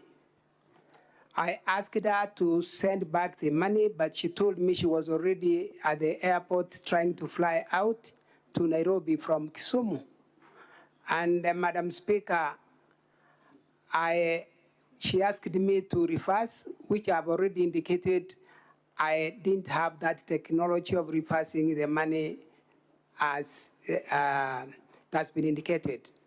Madam Speaker, when she reached Nairobi, I talked to her, and she told me she was entering a crucial meeting she will transact later. On the issue of reversing the money, Madam Speaker, I came to learn when I received these statements in this impeachment that it was that Lucy, having received the 100,000 from me, immediately after spent 5,000, and therefore it did not remain, and I refer the honorable senators to that page where Lucy has received the 100,000, and immediately after has drawn or paid out 5,000, reducing the money from the 100,000. I'm guided that if I tried, even if I would have tried, I'm guided by those who know that with less money than what I would have tried to reverse, the reverse would have not been possible. That's my response, Madam Speaker. Senator Enoch Wambua.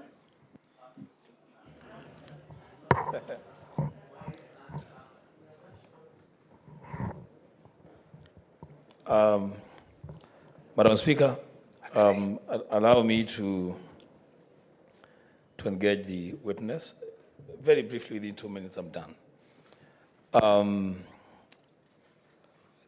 His Excellency DG, what is the official title of one Lucy Wahito? Official title is CEO. CEO. That's what I know. Some people exchange it with MD. What is the official title? She has a letter of appointment. What is she? Is she an MD? Is she a CEO? No, that one CEO? I cannot take a position on which title she holds. You can't. So, but you have saved her as what? Chief officer? I've saved her as CEO. Chief officer? Yes. And you're saying you made a mistake between Lucy and Gladys Amiga? Yes.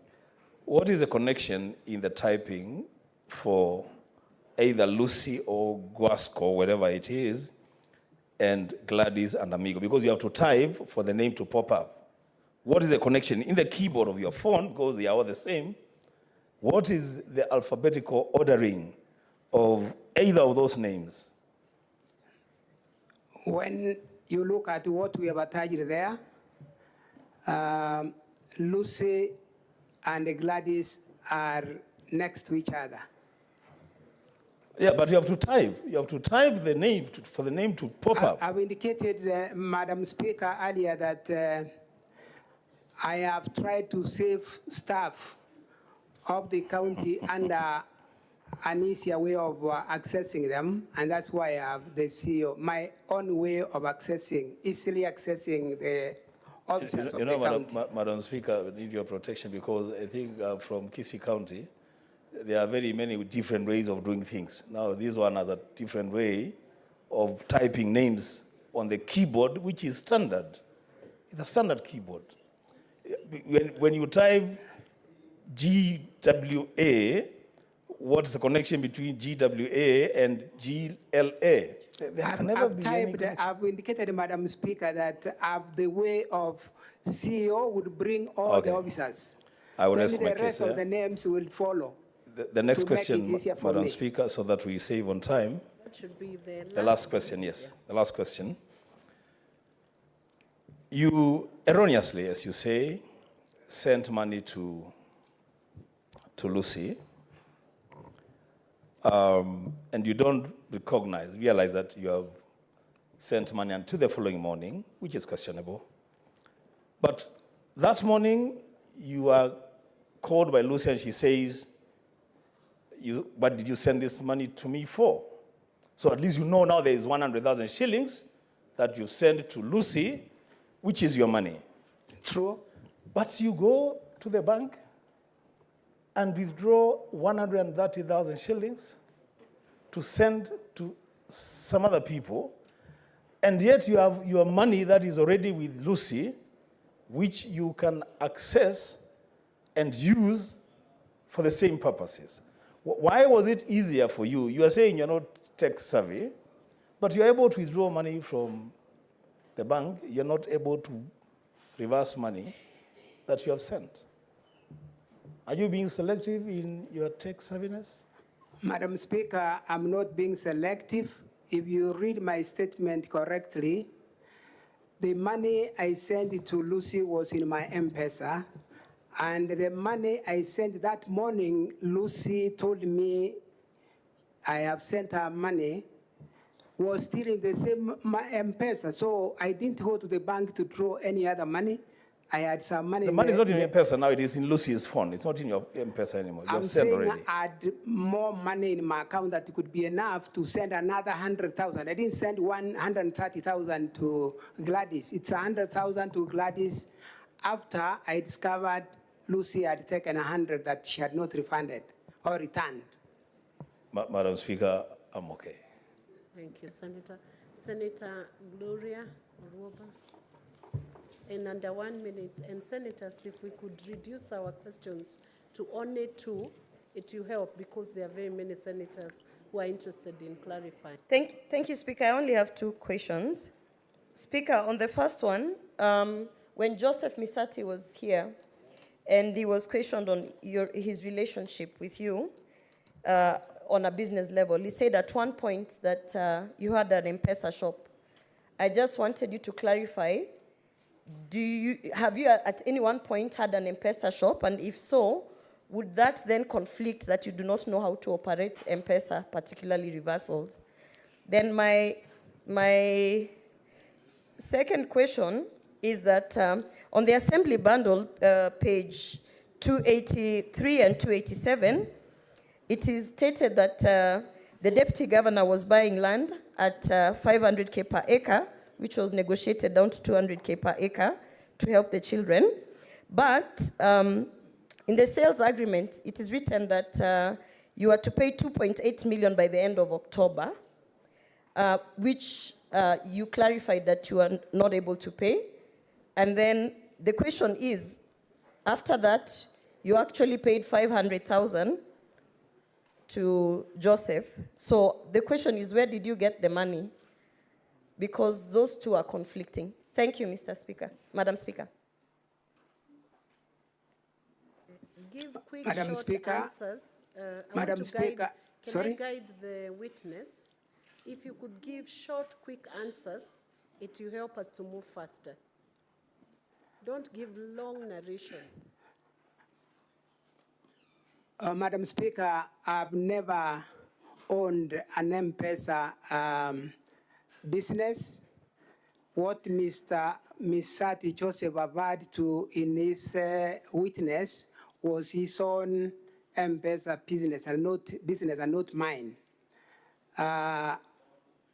Number two, the Honorable Senator has referred to a case that I've also seen in this House yesterday about an elder from Magenja Ward who was selling land that he had owned in Transmara, Nargo County.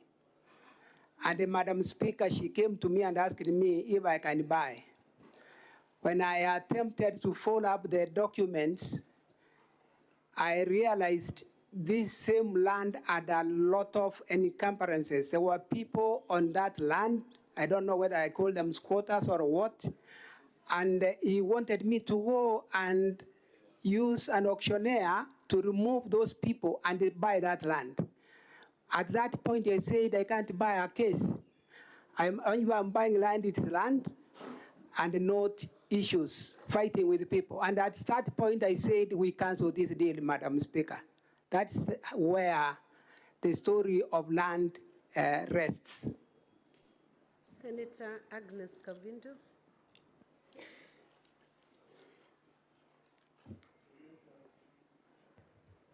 Thank you, Madam Speaker. Mine is a follow-up question on the M-Pesa to Lucy.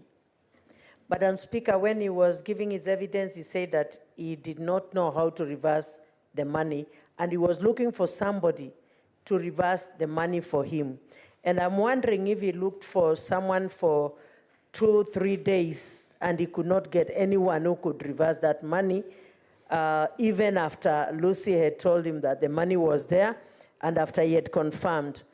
Madam Speaker, this one raises a lot of questions. And number two, he talked of not knowing his best friend's children. And yet when his friend was giving evidence, he said that there's even a time he called him to go and fundraise for the children's school fees. Madam Speaker, I don't understand how I can be called by my best friend to go and fundraise for his son or his daughter, and I cannot be familiar with the same daughter. Thank you. Witness, did you? Madam Speaker, I've indicated that Lucy called me on the 29th, on the morning of 29th May.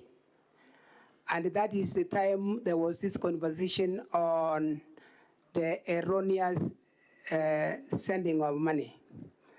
And she was on transit. I called her later when I asked her to send me back the money, but she was in Nairobi in a meeting. That is on the same day of the 29th of May. She sent me back the money the next day. So the issue of 3 days, Madam Speaker, does not arise. It is the next day. The next question. The issue of children. Familiarity of children. Madam Speaker and honorable senators, I'm very good at knowing the faces of people once well exposed to me. When I go to fundraise with my friend, I'm not fundraising with the children, it's the adults whom I fundraise with. We sometimes do these fundraisings, all of us, honorable leaders, honorable senators, with the people in the village, the invited guests, and therefore, we may have our children out there, some in school, some wherever they may be, and I will want to still remain that I cannot identify all the children of all my friends. It is not possible for anyone, and I will be lying if I said that, Madam Speaker. Senator Charadike. Thank you, Madam Speaker. I'll be precise with an eye of a military marksman. One, Mr. Deputy Governor, can you table your evidence? Can you table a phone as part of the evidence now so that we can cross-check those numbers that you're talking about, Wahito and Aminga? Number one. Number two, what is your relationship with other leaders in Kisii County? Number three, who ensures that there is proper budgetary utilization of funds in Kisii County? And finally, how do you feel that the father of Dennis, how do you feel that your brother testified against you?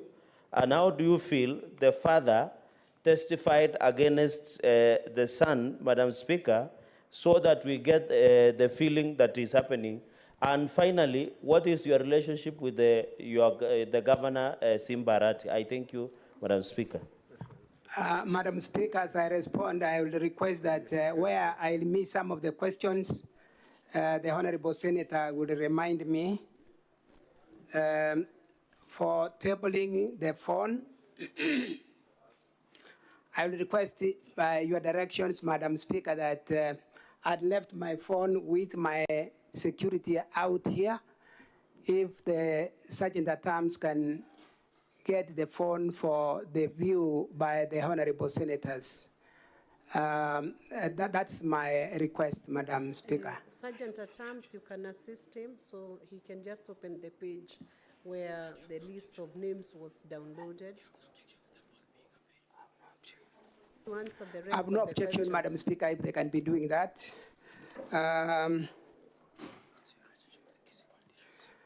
My relationship with the Kisii politicians is the next question. And Madam Speaker, I've been a politician for some time now. And I can confidently say I have very good relationship with my colleagues, politicians in Kisii.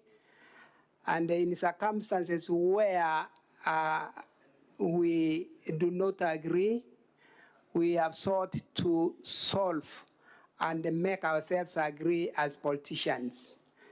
I hope I've answered that. I have a very good relationship with my colleague politicians across the board. On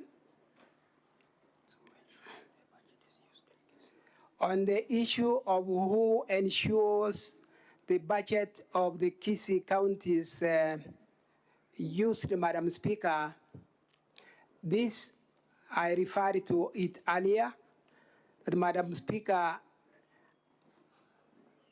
I will say it is the CEO, the Chief Executive Officer of the county to ensure absorption of resources given by the government, the national government. The budget that you give us from this house is used effectively, Madam Speaker. And so that's my affirmation that there is a CEO to ensure we spend our resources. On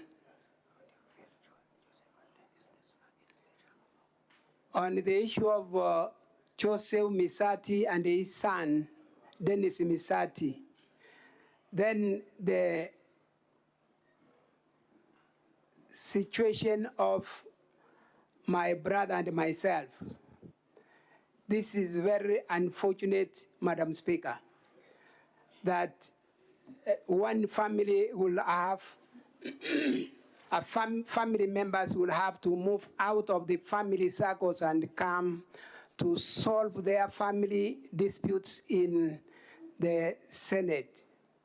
It is unfortunate, and I wanted to say here, Madam Speaker, I felt so much embarrassed that a member of the parliament in this country will find his way, that's myself, for some reason, find a reason to come here and talk about family issues in the Senate. It is unfortunate, and I regret the situation, Madam Speaker, for both Mr. Joseph Misati and his son, and myself and my brother who was here yesterday evening. On the question of my relationship with my governor, the Honorable, His Excellency, the Honorable Paul Simbarati, I want to make it clear that we have had a strained relationship from the time we came into office on matters that are official. And indeed, I'm convicted that it is from that perspective that I am before this Senate today on a matter of impeachment, because of the official questions and discussions I've tried to hold with the governor, and we do not seem to pull together. One of them, honorable members of the Senate and Madam Speaker, is the question of the budget absorption, where for 2 consecutive years, we have remained number 47 out of 47 in development resource absorption. In the first year, we did 13.9% of the resource absorption. In the next quarter, the first quarter of this year, Madam Speaker, this financial year, we have done 1.7% resource absorption, and in the first half of this year, we have done 3.9%, and these are the areas of. Let me guide you. You should be responding to the question you were asked. I feel you have not responded to it. Respond to that question, please. The last question, your relationship with the DG, if I got it correct. With the governor, your relationship with the governor. Madam Speaker, I'm not hearing you. Maybe if they can raise the power for your mic, I can hear you. Your relationship with the governor, that was the last question.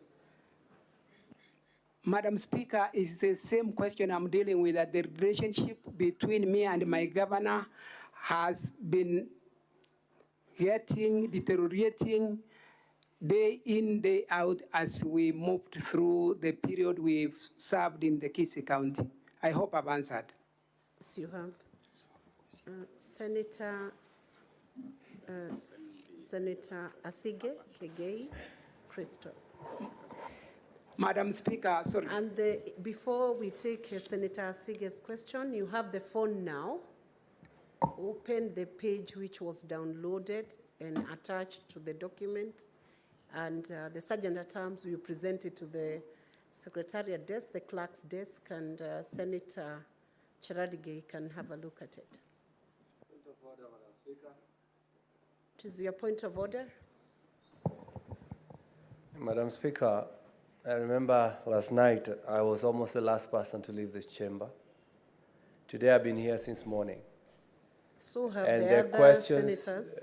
Let me ask my question, Madam Speaker, with all respect. And the people who are asking questions in the previous session, they are the same people asking questions. Just tell me why I'm here.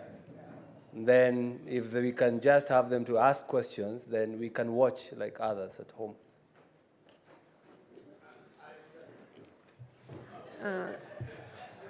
Senator Karungo Dhangwa, just on a point of information, you have been in the House, and that is a legitimate expectation of the people who brought you to Senate, that you should be in Senate attending to proceedings. You have been attending the proceedings, and other senators have also been attending the proceedings of this impeachment. And I believe all senators have an equal right to seek clarifications and seek questions. So we have used the board that has been showing us the names of the prioritization. So I would urge you, when you want to clarify, you always press your button early, so that, because we use it as a guide on the speaker's side. But having said that, we will bring up more senators who have not had a chance to ask the questions, but all are equally entitled.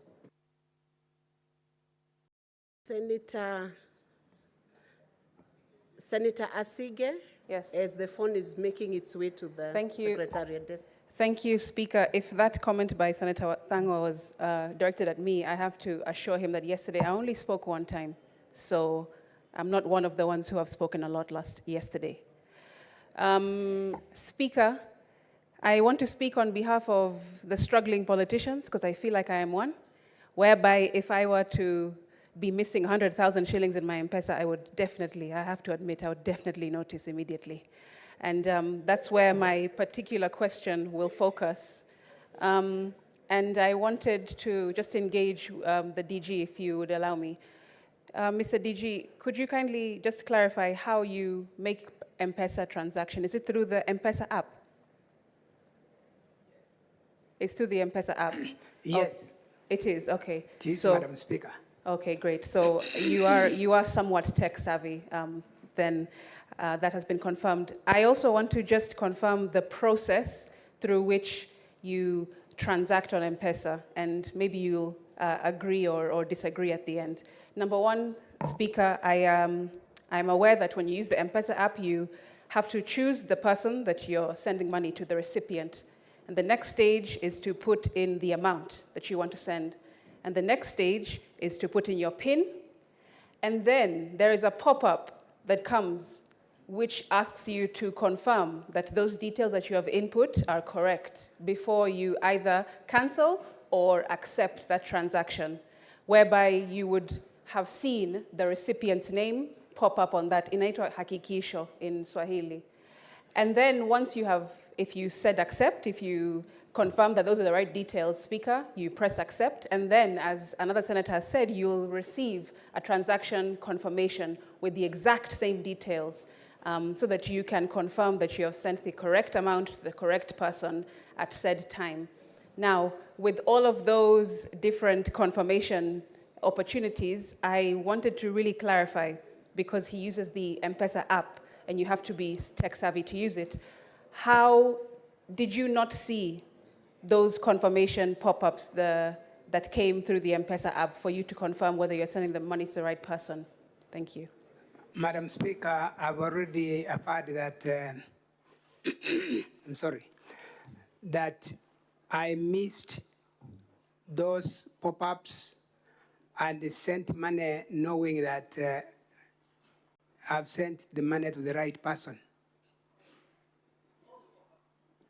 I missed those ones you have named. I do not know how you send it. Mine is getting the name and the number, and then I send. So I missed that, Madam Speaker. Okay. Senator Joyce Korir.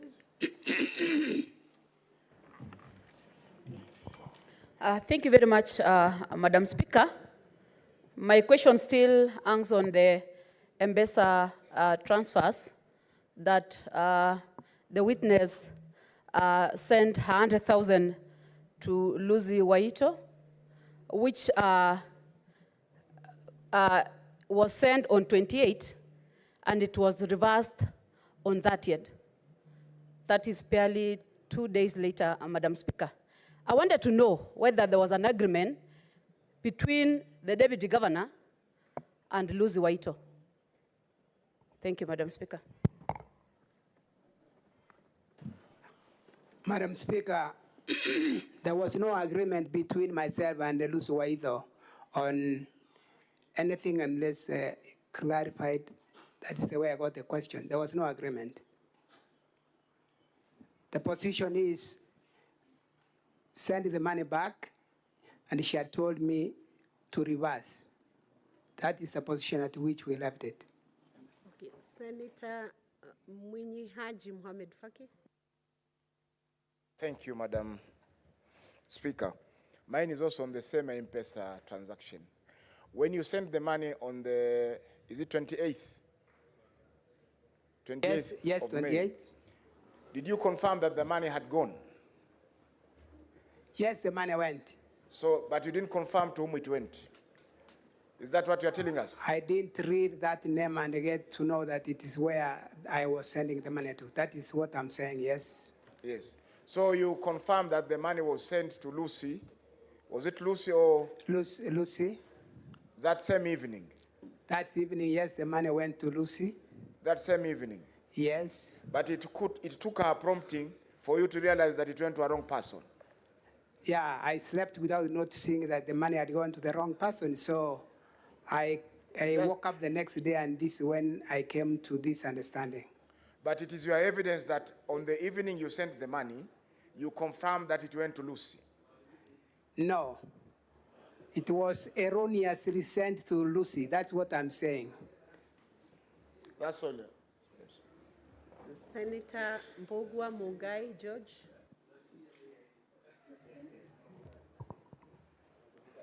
Thank you, Madam Speaker.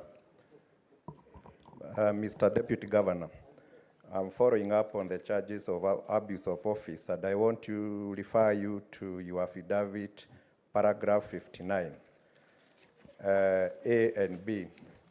You seem to suggest that your home is being used for official purposes without your permission. Sorry? You seem to suggest that your home is being used for official government offices without your permission. Is that true on point A, paragraph 59 of your affidavit?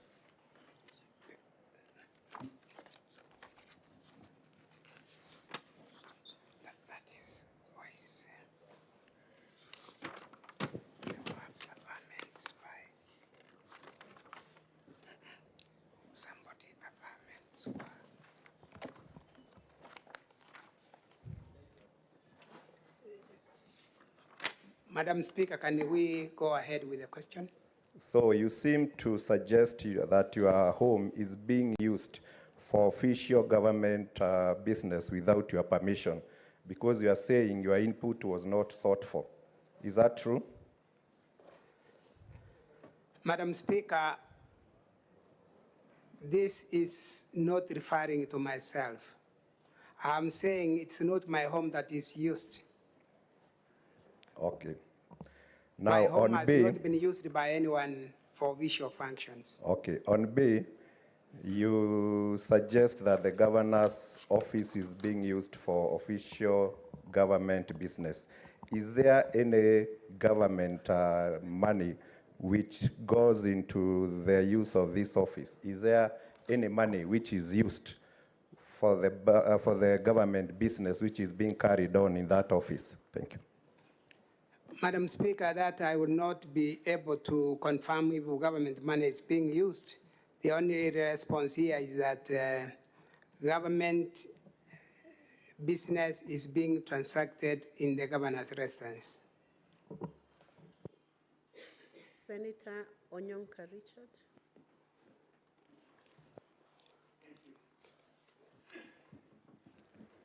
Thank you, Madam Speaker. Dr. Monda, I have two follow-up questions. The question that you've answered about government business taking place, could you explain what that statement means?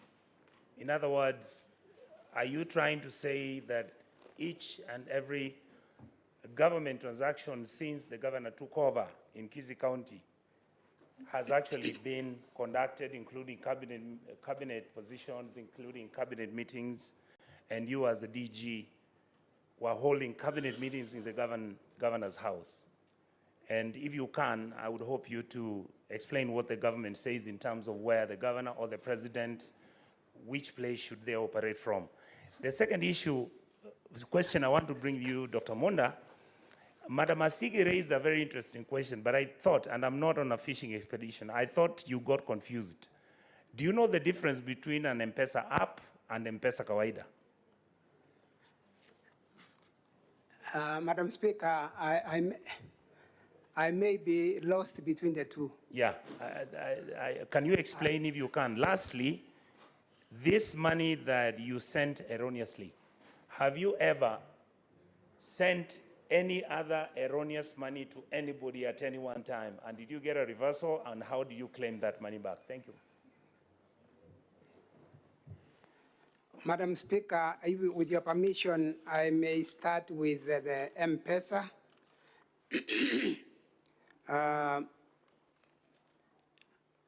I'm lost between the M-Pesa app and the M-Pesa by the Senator Onyonga, what you call M-Pesa Kawaida. Madam Speaker, I may be on the Kawaida M-Pesa because I have not heard the difference between the two. I will have to refer when I leave this, Senate. And so, on the matter of reversal, what did you ask? I asked whether you have ever sent any other money other than this money to anybody else before this exercise started or even now. Yes, Madam Speaker, I've done. M-Pesa is a continuous process by everyone of this era. And so I've sent and I've lost, sometimes I've lost the money. And sometimes when I'm able to call and get the money sent back, I have succeeded to get the money back. This happens all the time. And I think my considered opinion is that it is for that reason that the Safaricom decided to have the two reversal and even sending back. Madam Speaker, on the first question, the Honorable Senator has asked me to explain a little. All I know, once sworn into government, we are expected to transact government business in designated areas, gazetted areas, such that the Senate will conduct business in the designated Senate, as an example, Madam Speaker, and this assembly.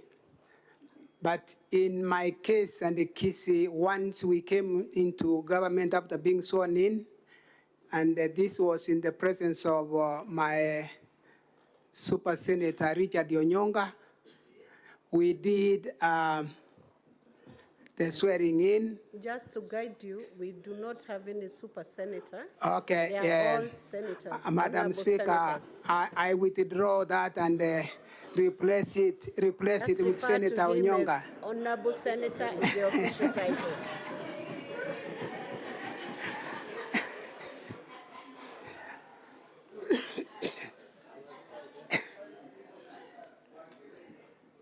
Can you continue with the answer? Yes, Madam Speaker, once we were sworn in, the previous governor's office by the former governor was of course available, but we did not occupy that space, including my space as a deputy governor, on grounds that my governor will want to do renovations to those offices before we occupy them. And therefore, we had to start operating from the holding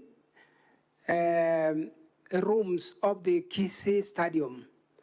And we've remained in those holding rooms in the stadium until today as I speak here.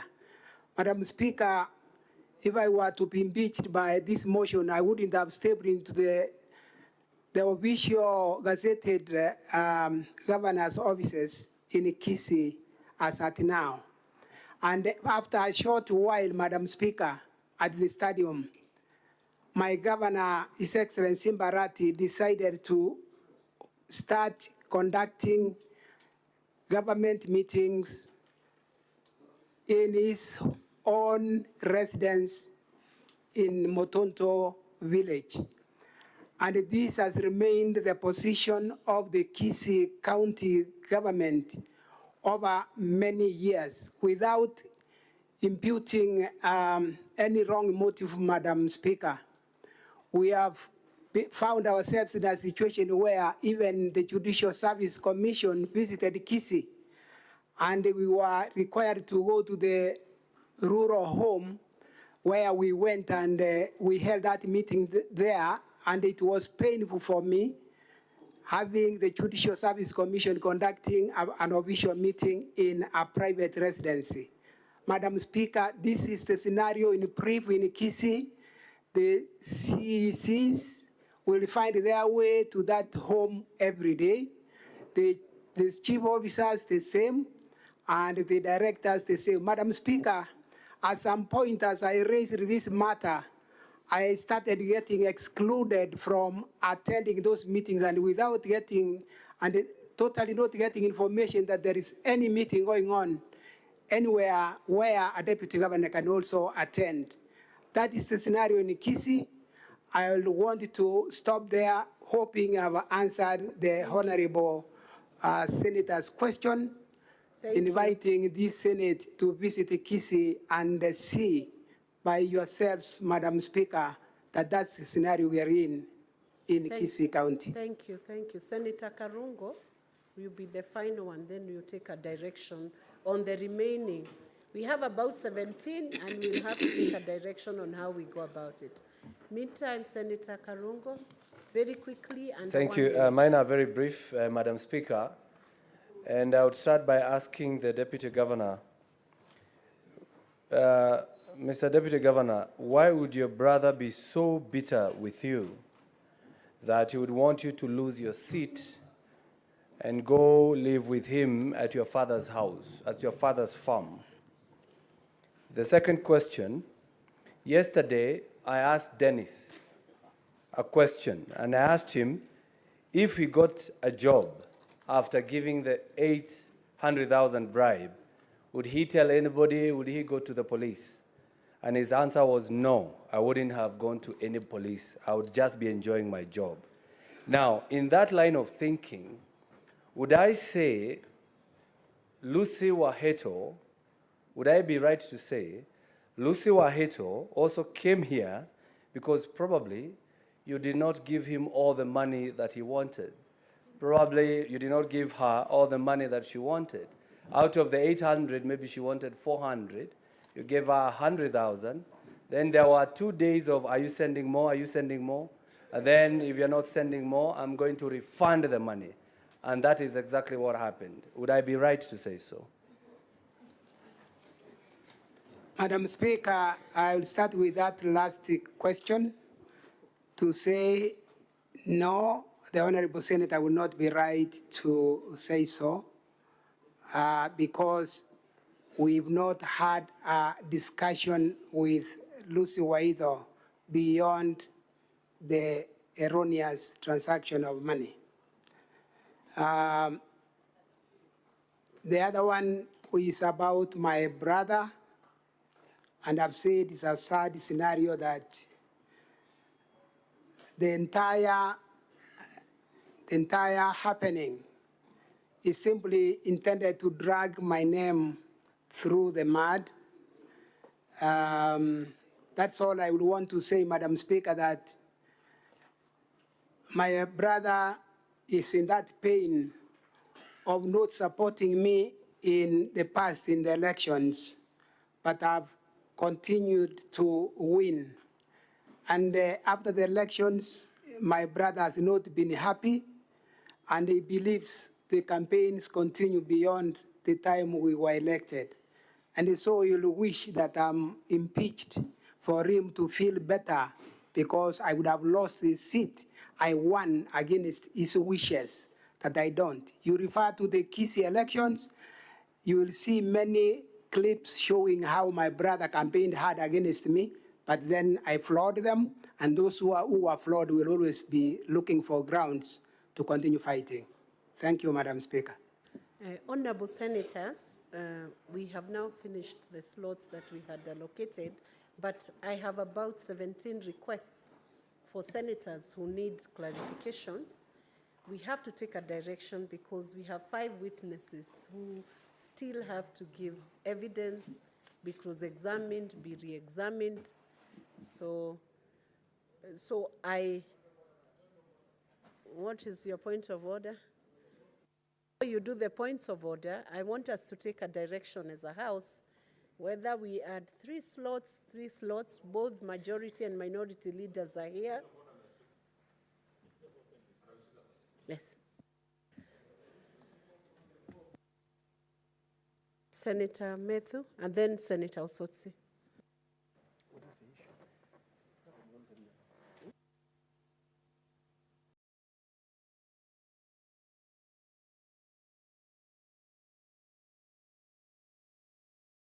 Senator Osotsi, meantime, raise your point of order.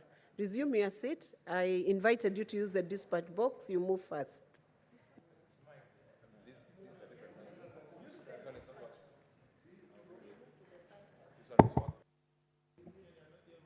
Madam Speaker, I think you directed that Mr. Monda's phone be checked to confirm the phone list attached on the documents. I think we need to dispense with that because the document raised a lot of concerns from the members and from the council as to its authenticity. And also, understanding the Computer Misuse and Cybercrime Act, particularly Section 23, that talks about false publication of computer information. So I think that would be a very crucial aspect to deal with before we proceed. See, I give the direction. I had directed that the phone on the page which has been downloaded and attached to the documentation be presented to the clerk, and Senator Cherargei, who had raised that issue, was to be there to see that page. He's not in the house, so I'm holding it. It will still be done. What is your point of order, Senator Methu? So I've given direction, it will still be checked. Honorable Speaker, since you had already given direction that you shall take 4 from each side, I think it is fair that we stick to that direction that you had given. But I would be of the proposal, Honorable Speaker, because we have, I think, 5 more witnesses, that for the rest of us who are on that dashboard, because I know I'm one of them, that you give us priority in terms of getting clarification from the other witnesses that will be coming, so that then we can be able to avoid the question that had been raised by Senator Karongo Lango of the same people speaking over and over, that when we get the next witness, then we can get another 8, then we remain with a few more others, so that everybody can be able to speak to this matter. Senator Hamida, on a point of order only, then I give a direction. We take consensus and... Thank you, Mr. Speaker. I want to request if you could give us, the few of us who have not talked, at least more time, at least give us 20 minutes for each side, so that at least we can proceed. Because he's the main witness, then at least we have not exhausted our questions, kindly. 20 minutes for each side would be too much for both sides. Honorable Senators, we either take a few more or proceed on with the witnesses and give priority to the senators who have not clarified anything in the next batch. Senator Mohammed. Yeah, Madam Speaker, I think the direction which was given was that the DG's side had 3 hours to present their case together with the cross-examination and conclusion. Maybe is that now, has not now changed, because I've seen we did about 2 hours in the morning and I've done another 2 hours now. And you should, the way we are managing our time, I don't think we are going to conclude this matter That's definitely the before concern. midnight. That is definitely the concern. So you need to give direction, Madam Speaker, so that we know the time frames of what we are doing. Because yesterday there was a time frame which was presented and accepted by the plenary. And now we are digressing from that time frame. Thank you. Thank you, Senator Mohammed. I'll take one more point of order, then I give a direction. From Senator Roba. Thank you, Madam Speaker. Considering the Deputy Governor is the key person, and the issues that have been raised around, his removal from office, I think it's only fair if even if you limit the time, the senators that want to raise some questions to the Deputy Governor be given, even if you limit the time to one question in that regard. Thank you. Honorable Senators, in view of the time constraint, but noting that this is a very key witness and the impeachment is on the Deputy Governor, I will give an opportunity to 3 senators on this side, 3 senators on the majority side, a total of 6 senators, and each should take only 1 minute. Beyond 1 minute, I'll request the clerk to switch off the microphone so that we do it under 10 minutes or 12 minutes and move on to the other witnesses. Senator Enoch. That's well guided, Madam Speaker. But then, in the same breath, then you should also require of the witness to also respond decisively to questions without expounding on anything. Honorable Senators, I want to request, and we guide that even your questions be precise, don't give a narration or 2 paragraphs of a background. Just ask a specific question, and the witness is duly guided to give specific, precise answers to the questions that are asked. If it's a question of yes or no, just say yes or no. And I will now request Senator Seki to ask the question. He's not there. Senator Boni Halwale. Thank you, Madam Speaker. Madam Speaker, Deputy Governor Robert Monda is my friend. In fact, I'm the only one in this House who was a colleague of his in the 10th Parliament. Listening to you, my old friend and colleague, your fate is going to turn on your word against the word of your own witnesses. Young Dennis Misati has told us that and proved that he gave you 500,000. You have refused. Your word against his. Joseph Mesati has said that you went to him for money, you were broke. You have refused. Your word against his. Gladys Amingo has a document here where she demonstrates that you are doing business with her. You have refused her word against yours. And finally, Lucy Wahito has demonstrated. What's your question, Senator Boni? It's over, it's 1 minute. On page 264, that she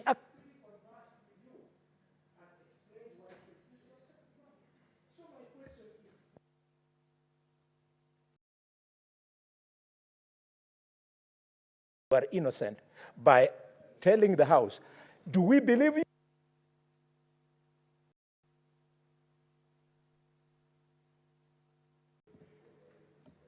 Witness.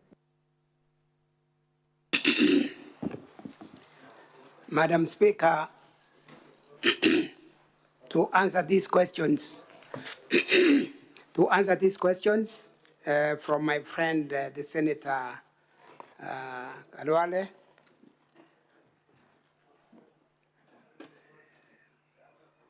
Mr. Misati, as What's your point of order, Senator Wakoli?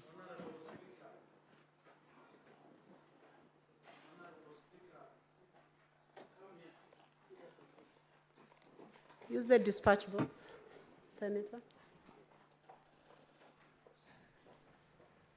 Honorable Speaker, is it in order for my senior brother, Mheshimiwa Boni Khalwale, to already show signals that he's already making decisions and judging the innocent doctor without the due process coming to a conclusion, Honorable Speaker? Let us be impartial as honorable senators and allow the defense and the accused to come on board and elaborate themselves. Thank you, Honorable Speaker. The witness, following the point of order, let me give a direction. The witness can concentrate on the question that was posed in the last sentence, whether you should be believed or the other witnesses should be believed. Just that bit. Madam Speaker, there have been a mention of several names of witnesses who have been here. Dennis Misati, against the word of his father, Joseph Misati. My affirmation is that Joseph Misati and myself are on the same page. And so we have not pulled in different directions, and I hope my friend senator is listening to me. So Joseph Misati are talking different language with the son. And it's not me who has said we are not talking the same language with Joseph Misati. Misati refunded my money, and that's our position, the two of us. Gladys Aminga have not deviated that I gave Gladys Aminga the contract to deliver building material to my home. That's the position I've taken, and I paid what was due to her. Lucy, the Wasco MD, we are on the same page that I sent money to her erroneously, and she refers the money to me. There's no more that she has said about me, other than that she has two statements. One, she says, I said nothing when we talked on the phone on the same money, and on the affidavit she said something else. So I've not deviated from what all these witnesses have said. I have a position about them. Thank you. Senator Hamida. Thank you, Madam Speaker. Bonadiji, the young man, Dennis, really broke down. They lost the family business, and the wife also had a miscarriage. Are you really conscious? Is your conscience clear that there was no fraud by promising this young man or by extorting money from him to get a job? That is one. Just the second one. There's been so much... Leave it at one question, Senator Hamida, for this last session. Just one question. Just one more, Madam Speaker. Leave it at one question. Everybody needs a little chance to ask. Thank you, Madam Speaker. So then, Dennis Misati broke down. I was here yesterday, and I saw it. But again, Dennis Misati was on record that he has not talked to me any one time about the job he was looking for. He got all the story about the job from his father. The father was here today morning. There's no way I can know that Dennis sold a business or suffered any loss, yet the connection, the only link between me and Dennis is the father, who has witnessed today in the morning that he is not privy to any business lost, nor Dennis having money to come and give me as a bribe, or he was calling it something else, not inducement, something. And so I cannot speak for Dennis Misati. He can only speak about his father, through whom he indicated he got every communication from me. Senator Derito John Kinyua.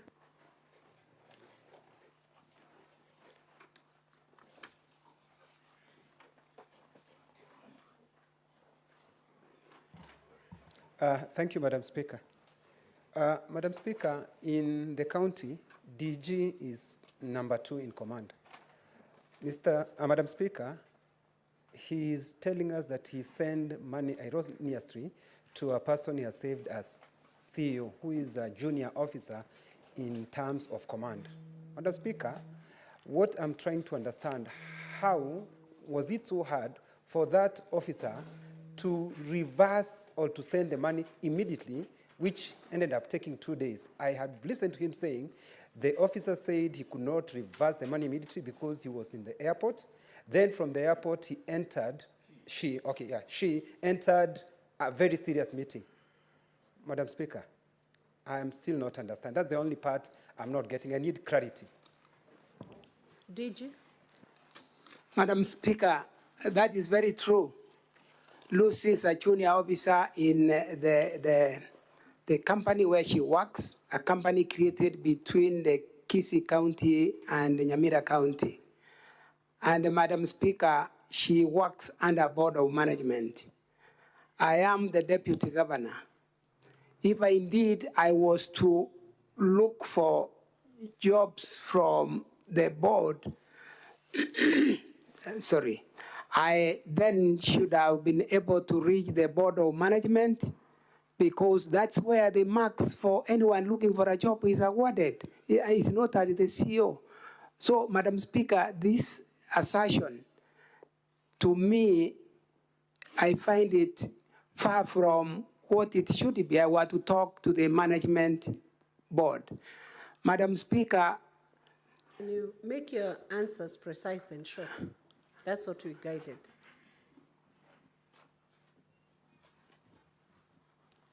I stop. He had mentioned, the senator had mentioned something about the sending of the money. And Madam Speaker, I've already mentioned here that from the records that are in these panels that are before the Senate, I realized that Madam Lucy Waido used the same money that she was supposed to reverse immediately on the 29th morning. And so even if she was to reverse the money, she didn't have the same money to reverse to me until the 30th when she finally reversed the money and on some kind of loan. And if that loan we call what? In M-Pesa. Fuliza, if that Fuliza was there on the same 29th, then why did she leave herself to be below 100,000, which she was reversed to me? I hope I've responded. Senator Betty.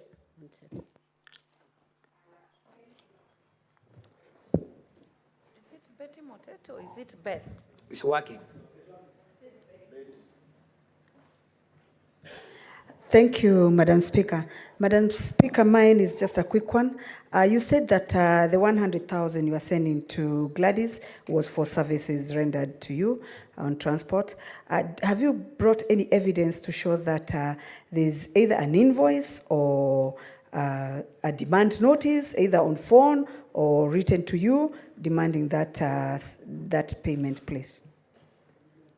Madam Speaker, I don't have those documents, but from the statement given by Gladys, she's confirming that she transported the materials as my affidavit was also indicating. So we are in agreement with Gladys that she transported materials for me, and that is in a record in the documents before this House. Senator Mudigi. Asante, Madam Speaker. Yangu ni machache. Bwana Deputy Governor, we ni mwenye county na unajua sina zote zile ziko Kisii. Mambo ya pesa kutumia mtu na kurudishie, hiyo kwa mimi ni vitu imefanyika kwa muda mrefu na bora pesa ilirundi. Lakini mambo ya hizi pesa zingine nataka kukuuliza Bwana Deputy Governor, wakati tulikuja Kisii juu ya wafanyikazi kulikuwa na shida nikiwa mmoja wa lipa wafanyikazi walipa, unajua ile mambo yote iko Kisii ambayo ni mzito sana mkafuta watu.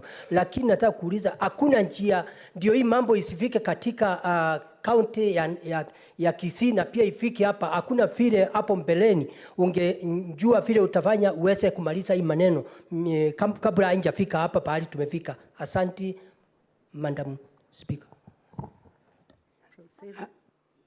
Madam Speaker, this matter has been speeded up very quickly by I will call it my CEO. Is part and parcel to this movement, this impeachment, so that I'm gotten rid of. because of the issues I'm already raising on the management of the county. And so it could have been managed if we sat together as the leadership. But I've got my CEO who will also determine whether that kind of meeting can take place or not. Senator Okoiti Andrew Mutata.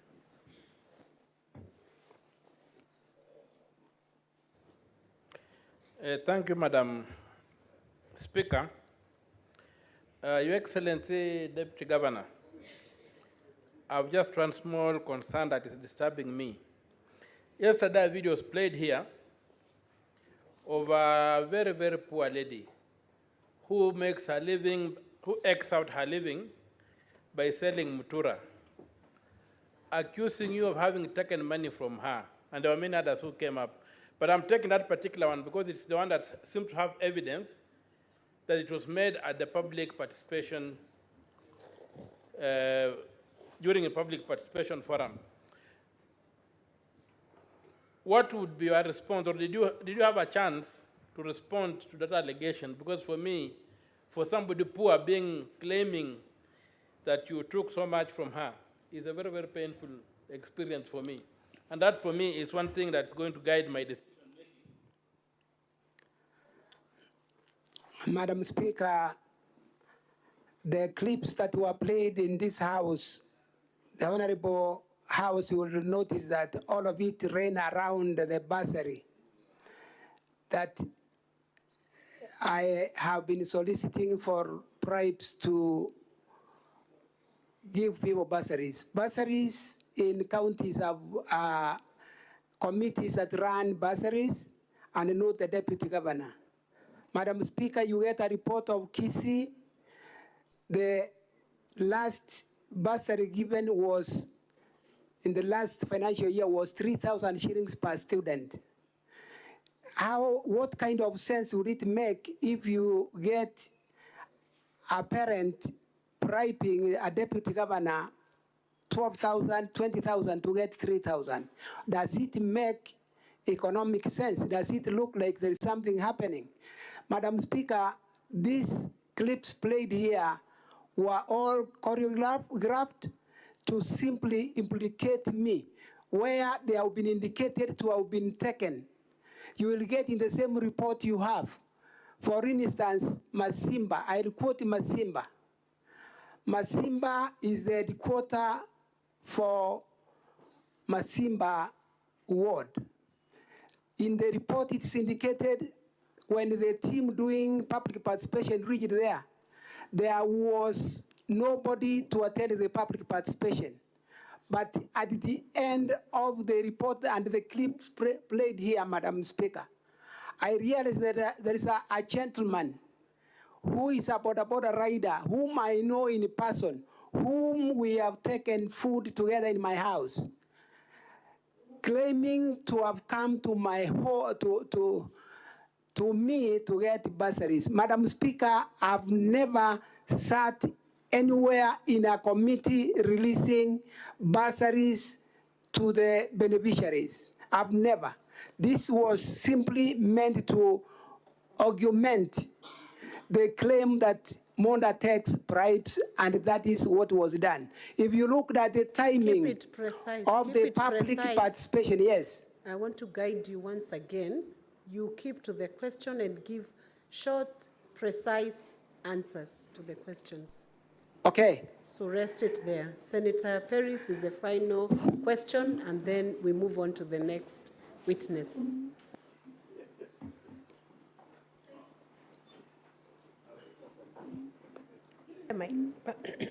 Thank you, Madam Speaker. Madam Speaker, I want to put it to the DG that his friend Joseph Misati had said that he's financially struggling. And in that case, could this be the reason why the DG is soliciting money in order to assist in the job placement of Misati's son, Dennis? Madam Speaker, I've responded to that question earlier severally, that that assignment was generally done by Mr. Misati that politicians have their challenges in terms of resources and the kind of work they do. He also then said he will expect that I'm also one of those who are suffering in terms of resources. No, Mr. Msati did not speak for me that I'm asking for money from anyone, and I've not asked for money from anyone to solve the challenges that are financial for politicians, Madam Speaker. Thank you, Senators. I think, unfortunately, we have to move on because we have 5 other witnesses who have not given evidence, and the Senators who have not found time now, you have an opportunity in the next bunch. So the DG's team, the Honorable Deputy Governor's team, who are you calling next?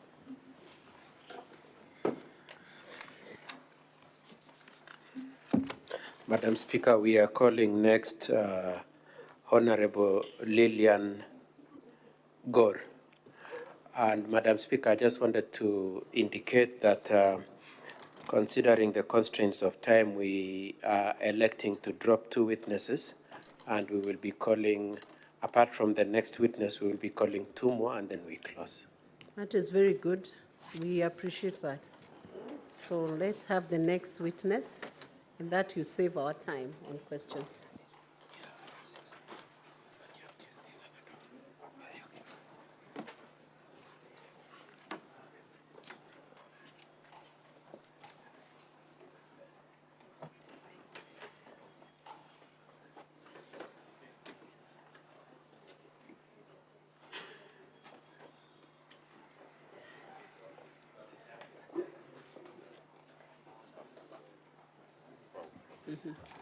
The witness may take the stand and be sworn in.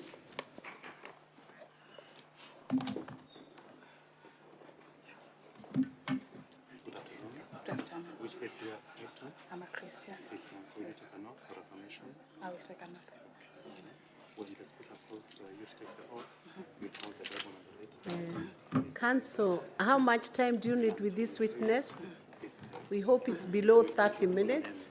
Yes, Madam Speaker, I'll take 20 minutes. 20 minutes. But my colleagues have 7 minutes in cross-examination. They gave up their 7 minutes. Yes, we are aware of that. The Secretariat marked it. Madam Speaker, if you may allow me. We gave our time for 2 witnesses. Only 2 witnesses are the ones that we waived our right of cross-examination. And therefore, if those 2 witnesses then are not appearing before the Senate, it then discounts our arguments. Because they are not coming. We only dropped 2 witnesses, which my learned friend has also agreed to drop. Not this particular witness. And then... Okay. Madam Speaker, the election on the time they gave up was for 2 witnesses who are named, and they're still coming. So the 7 minutes that were ambiguous will now count to this 3rd witness. Counsel, proceed with your witness. Use Yes. your time wisely. Those decisions will be made by the chair.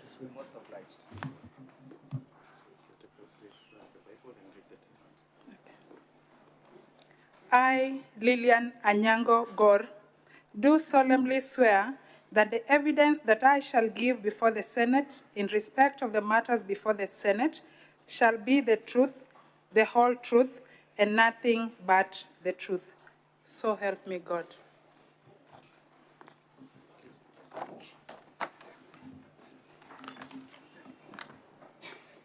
Honorable Lillian, maybe you can just introduce yourself to the chamber. Thank you, Madam Chair. My name is Lillian Nyango Gore. I serve in the Kisii County Assembly, both as a member of County Assembly, and I also sit in the County Assembly Service Board, representing the Minority Coalition. Yes, Honorable Gore, you saw an affidavit that appears at page 204 to 206 of the bundle labeled DG. Yes. That is true? Yes, Honorable Speaker. Madam Speaker, I'm referring to this bundle. Yes, I'll take you quickly to your first assertion at paragraph 3 of that affidavit, where you say that you opposed the motion for impeachment on procedural and substantive grounds. Yes, Madam Speaker, I was part of the proceedings on the day the motion was moved. And yes, I did stand and I had the privilege, the Speaker gave me an opportunity. And yes, I did oppose on grounds that the motion had not been properly placed before the House and that there were other substantive grounds that would not then allow the motion to be fairly administered before the House. Okay, I'll take you to the notice of the 13th of February.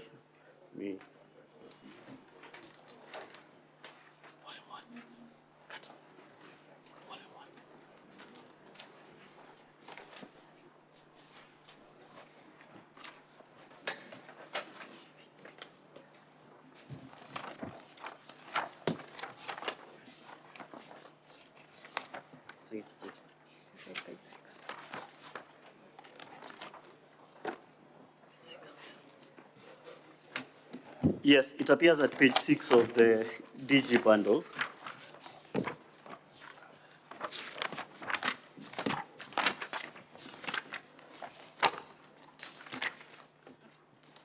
Yes, Madam Speaker, I'm there. You can see that notice. This is what was presented before the County Assembly. Yes, this was a notice presented before the County Assembly on the 13th. Oh, it's page 5, not page 6, page 5. That's the one dated the 13th of February. Correct. Okay. Was this the sum total of the notice that was served upon the chamber? Yes, Madam Speaker, what appears on page 5 of the document was what is the notice of motion that we received in the County Assembly. Were the signatures and any supporting evidence produced? Madam Speaker, on the day that we had this as a notice of motion, we did not have the opportunity to see, neither did the Speaker refer to any signatures on that particular day. Okay, and this is a notice that started these whole proceedings? Madam Speaker, that's correct. Okay, from your knowledge as a member of the County Assembly, was this notice up to par? Was it in accordance with your standing orders? Madam Speaker, both our standing orders and Section 33 of the County Government Act directs us on what a notice of motion on impeachment should be, and it specifically refers to 2 items, the grounds and particulars of the motion. And therefore, what we had on the 13th was the grounds, and we did not have an opportunity to go through the particulars of the motion. Thank you. Just in the emphasis of time, I'll now move you to the Hansard with regards to the 21st of February. It appears on volume 1 of the County Assembly's bundle.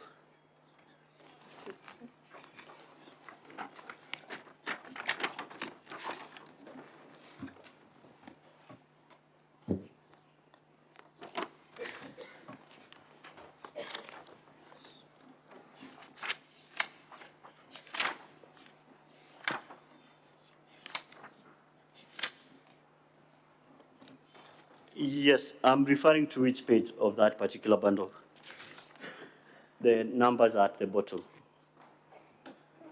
Kindly clarify which page you're referring to. The numbers are at the bottom, where we have Henry introducing, Morasia introducing a motion. Council, can you guide on the page? It's page. Okay, this is 122. Thank you. It's at page 122 of volume 1. Yes, I'm there. Yes. Can you explain to the Senate what motion the majority leader moved before the County Assembly on the 21st of February? Yes, Madam Speaker, from the page 122, it says, it was an adjournment of debate on motion on removal from office by way of impeachment of His Excellency, the Deputy Governor of the County Government of Kisii, moved by our Leader of Majority, Honorable Muraja. Yes, I now ask you to look at that, Hansard. Was that motion allowed? That motion for adjournment, as a member of the chamber, maybe you can inform the Senate, was that motion allowed for adjournment? Honorable Speaker, usually when a motion is moved, we expect that it is seconded. Thereafter, a question will be put by the Speaker, but here I'm not seeing any member of the Assembly who did this second the motion. So the motion in question was not seconded? Honorable Speaker, no, it was not. Okay. And was that motion then debated? There was an attempt, Honorable Speaker, there was an attempt to do a debate. Was it finally passed? No. Did the adjournment happen? Yes, Honorable Speaker, at the end of it, there was an adjournment as per the communication that was from the chair on that particular day. Okay. Now we'll move on to this public participation we've been informed took place at the instigation of the County Assembly. It appears at page 56 to 58. The report appears at page 56 to 58 of the DG's bundle, the other bundle.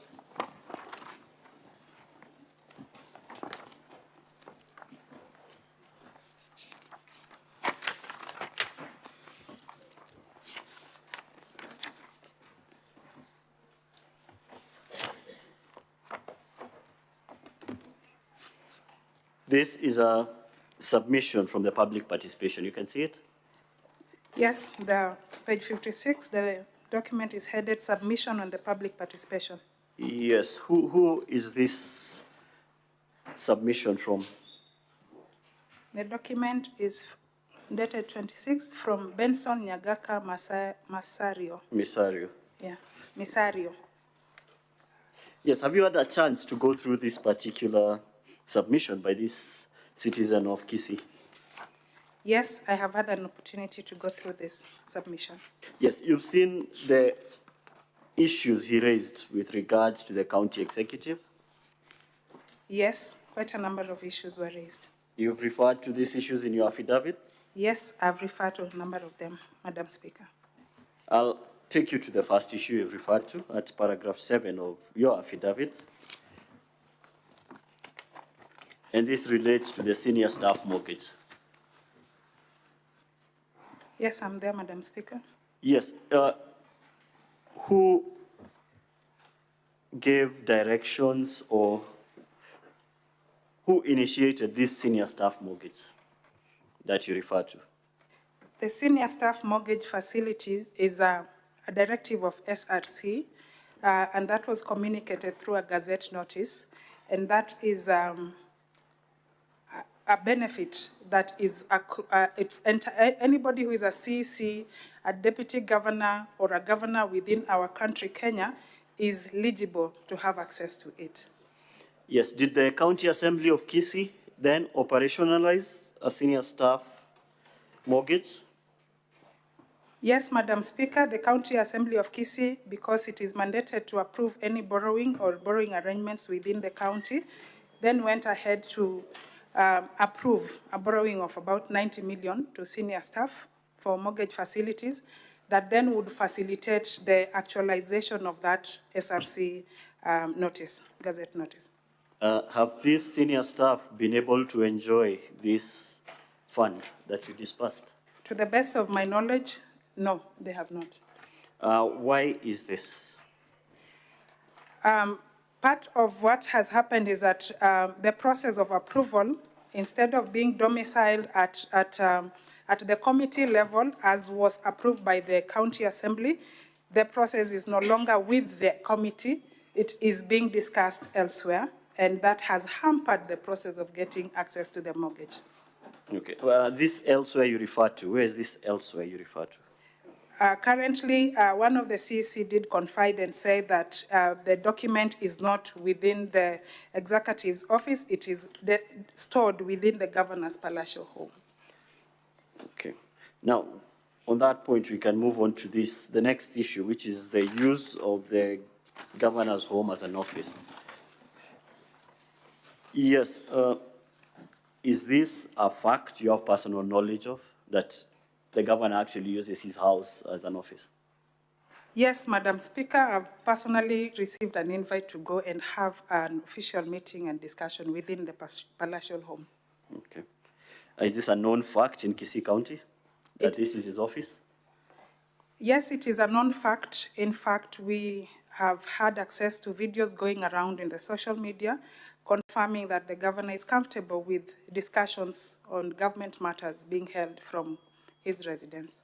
Okay. In the interest of time, we move on to this issue of ghost workers.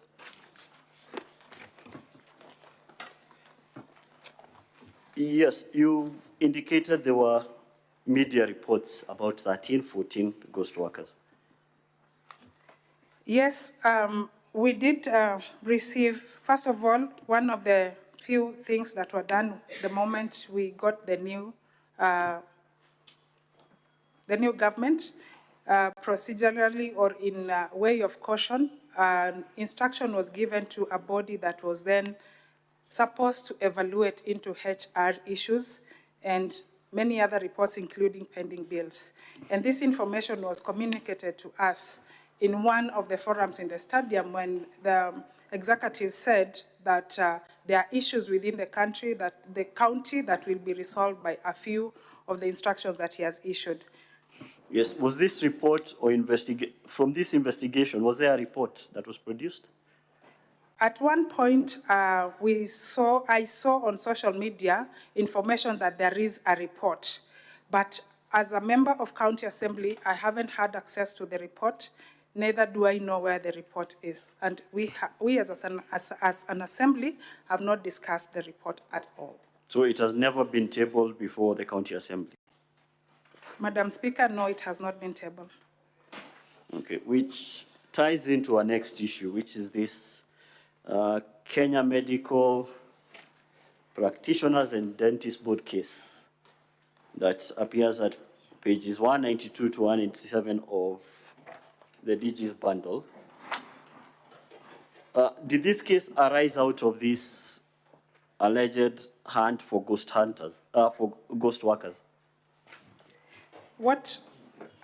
Madam Speaker, what I'm aware of is that in the social media, there was an official document from the county secretary that was going around, and it was indicating that about 700 workers had been given show cause letters. Quite a number of them were coming from were members of the KMPDU organization. And therefore, because they had received the show cause letters, KMPDU as an organization therefore went ahead to find a way that they can support and have their members listened to. Yes, did this case therefore cause the county to utilize funds to defend this baseless case? Madam Speaker, yes, the county had to defend because the respondent was the county. And this is tied in with this unknown report on ghost workers? Yes. Okay, I'll now take you to pages 158 and 160 of our bundle. And these pictures we saw of MCA votes with regards to the motion that was before the County Assembly.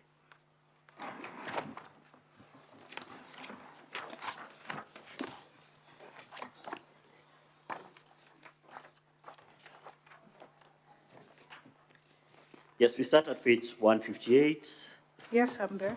Yes, you can see this is the ballot. You can confirm this is a ballot you had with regards to the impeachment motion before the County Assembly. Madam Speaker, I can confirm this is a sample of the ballot paper that we had there. Yeah, you can confirm this is a staff ID for one Karen Nyamoita Madam of the Speaker, County Assembly.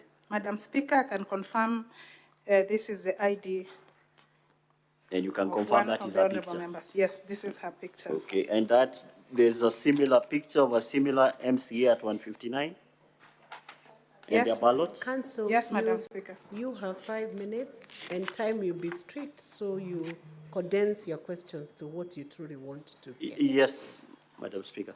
Yes, and you confirm that's the same case at page 160? Yes, Madam Speaker. Yes, why would members of County Assembly take photos of their votes and distribute them in this manner? To the best of my knowledge, members of County Assembly were avoiding instances of being de-whipped. And members of County Assembly have previously had instances where if they act against what they have been instructed to, then they face being de-whipped from committees and they face very grievous challenges within the Assembly. So I sympathize with these members. They may not have been happy to do this, but they were just making sure that their life is safe. So they were acting under instructions? Correct. Okay. Thank you, Madam Speaker. That is all for this witness. I'll hand you over for cross-examination. Madam Speaker, maybe now we can take directions as to the time. Give directions. 2 witnesses have been dropped, which saves on time. But we are still not doing too well on time. Yes, Madam Speaker. So I will allow cross-examination by counsel. How many minutes do you need? 2 minutes. Oh, good. Let's have the cross-examination in the 2 minutes. And the rest I'll reserve to use in my submissions at the closure. Good evening, Mheshimiwa. Good evening, Wakili. You have referred us to page 157, 158, 159, 160, yes? Correct, Madam Speaker. What is the source of this information? Where did you get this from? I have read it from here. Where did you get it from? I have read it from here, sir. Madam, just answer me the question. Where did you get this information from? I got this information from this bundle. From this bundle? Yes. Do you know its source? I got the information from the bundle. Do you know the source of this information? The source is this bundle. That's my understanding. She's given an answer. You take that.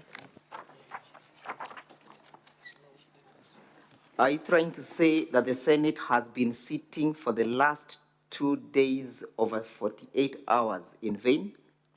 That's not my testimony, sir. Thank you. Any re-exam? I believe you'll take a very short while. Yes, Madam Speaker, just one question. Proceed. Yes, Honorable Gore, is this the first time you've seen those photos? Madam Speaker, I have seen these photos on MCA WhatsApp platform, Kisii County MCA WhatsApp platform also. Thank you, Honorable Gore.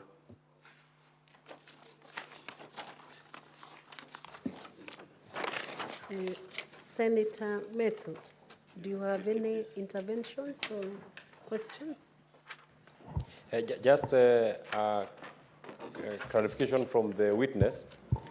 From your evidence this afternoon, you say that for the best of your knowledge, the photos were being taken by the members of the County Assembly because there has always been consequences if they are not made, if they did not vote in a certain manner. I would want, especially the whipping. I would want to know from whom do these instructions come from, and what are the instances, to the best of your knowledge as a member of that County Assembly, that people have been de-whipped for voting in a certain way. Madam Speaker, we have 2 members of the County Assembly who are currently de-whipped from their committees, and they belong to the ODM party. These members also share the same political party with our Excellency. These members have no the platform to be able to contest that which is happening. Currently, we have a member who has gone for 8 months without an allowance, An MCA only earns 89,000, and it is fully committed in mortgages and loans. And as a member who sits in the board, County Assembly Service Board, I have received several complaints, and I have had to go and extend and sit down with this member who has suicidal thoughts because of that matter. And that is why I thought it is wise that I will come and testify about it, because it is something that is close to me, but I have no control over it.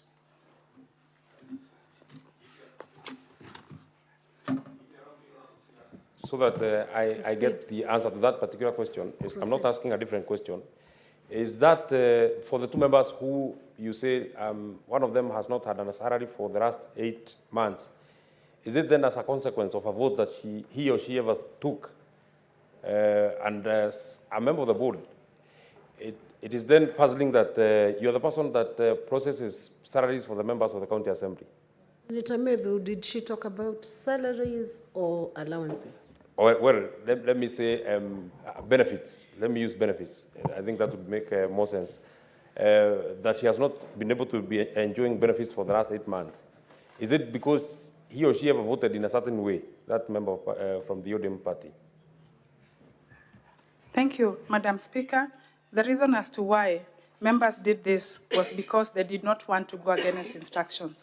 One of the instructions, or one of the things that this honorable member who has gone for 8 months without salary, is because he went and talked against the position of his leader within the party. So yes, we fear that when we do anything against that position, we are victimized and we are sent away from the assembly. Despite the fact that the standing orders say that a member should be at least in one standing committee. This member we are referring to is not in any committee. That means that even the people, because this is an elected member, even the people that have sent him to the assembly have been denied an opportunity to have their views presented in the assembly. Senator Eric Mogeni Okong. Yes, Mheshimiwa, you know, as we sit here so that you assist us with information that will help us make a determination that is fair and just. And on the 4 counts that the Deputy Governor of Kisii County is facing, I've listened to your testimony and I've not heard you respond to any of those 4 charges that are facing the governor. So do you think what you have told us this afternoon is relevant to the business that is before us?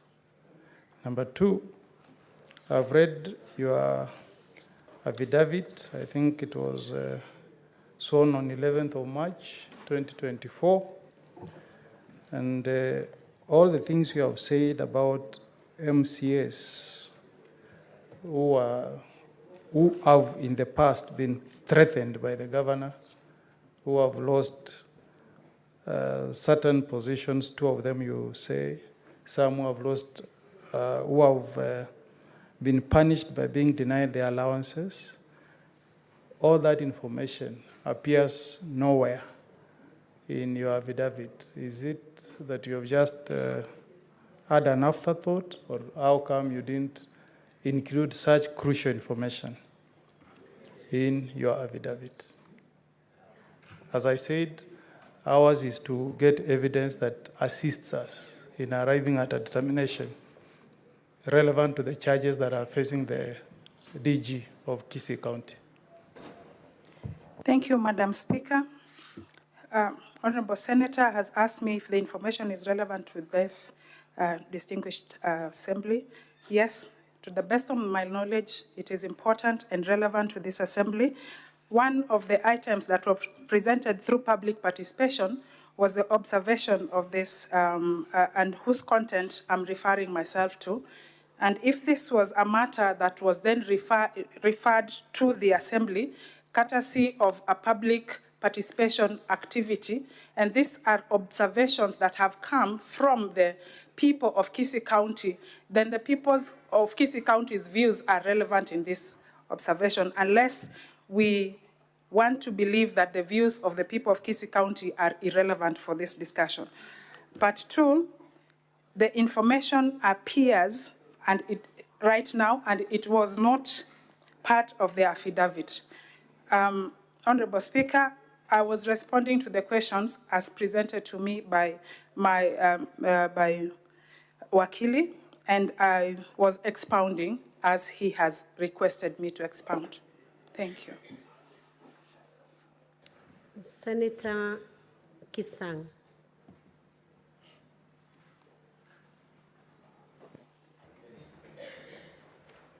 Thank you, Madam Speaker. Madam Speaker, mine was a query on, the witness before us should focus on giving us evidence that will assist the DG to be saved or not, instead of focusing on the fight between the Deputy Governor and the Governor, because it's not going to help in any way. That is what I just wanted to... this is not clarification. Basically, I was doing an intervention because of that, so that at least, we don't waste a lot of time on local politics. What is before us is the County Assembly of Kisii impeached the Deputy Governor, and this House, we are determining whether they were right in impeaching him or not. So the witness is supposed to help us, to give us something that can assist the churches of this House. Thank you, Madam Speaker. Thank you, Senator Kisang. Senator Mwinyi Haji Mohamed. Thank you, Madam Speaker. Madam Lillian, you belong to which political party? My party is Kenya National Congress. Kenya National Congress. Correct. You are therefore in the opposition as far as the Kisii County Assembly is concerned. Yes, Madam Speaker, I represent the minority coalition. You represent the minority. Yes. And it is your evidence that you oppose the motion procedurally and on substantive grounds, but your opposition was defeated. Yes, Madam Speaker, in my own right, I did oppose, and I think it's also part of the answer. Okay, thank you. Senator Gloria.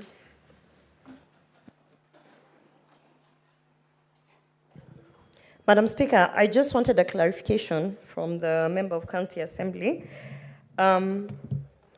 You say from your submissions, it seems that you do not have confidence in the institution that you present, that is the County Assembly. Would I be right to say then that you also take the same position with the earlier submissions, that some of the part of the answer are not correct? Madam Speaker, I'm confident of what the County Assembly does.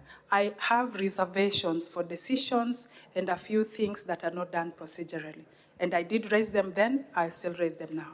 So, Madam Speaker, just for everyone to be clear, are you here as a member of County Assembly or in your personal capacity?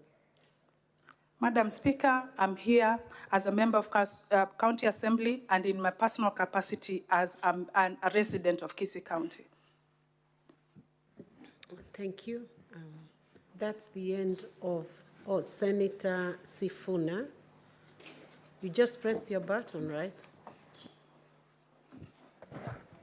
Should be Yes, the final Madam Speaker, I intervention. was not going to say anything to this witness, but there is an allegation that has been made, and I wanted to know from the witness if there is any documentation that you've presented before the Senate with regards to your averment that members of the Orange Democratic Movement Party have previously been punished for going against a party position. So you would have to show me that party position and the MCAs that were affected. Do you have any such material before the Senate today? Madam Speaker, I know and I can name 2 members of ODM party who have been disciplined, but Madam Speaker, currently I do not have any document I brought before this House. Senator Chute, that should be the final intervention, then we proceed on. I don't have anything for the Madam Witness, but I have a question for the legal counsel for the Deputy Governor. From yesterday till today, the issues that are before us are what Dennis has said, Lucy, and the Deputy Governor. And I want to believe that the issue of influencing employment by the deputy governor is very clear. The deputy governor has agreed that he has asked Lucy to employ Dennis. Number two, the transfer of funds. As Dennis has said, it is very clear that transfer of funds were transferred. Dennis transferred 49,000, 150,000, and lastly, he transferred 50,000 at 2043. So at 21:24, which is 41 minutes after Dennis has transferred this amount of money, the deputy governor transferred 100,000 to Lucy. So looking at Article 75, Madam Speaker, will I be wrong if I tell the council 71B, a state officer shall behave whether in public and official life, in private life, or in association.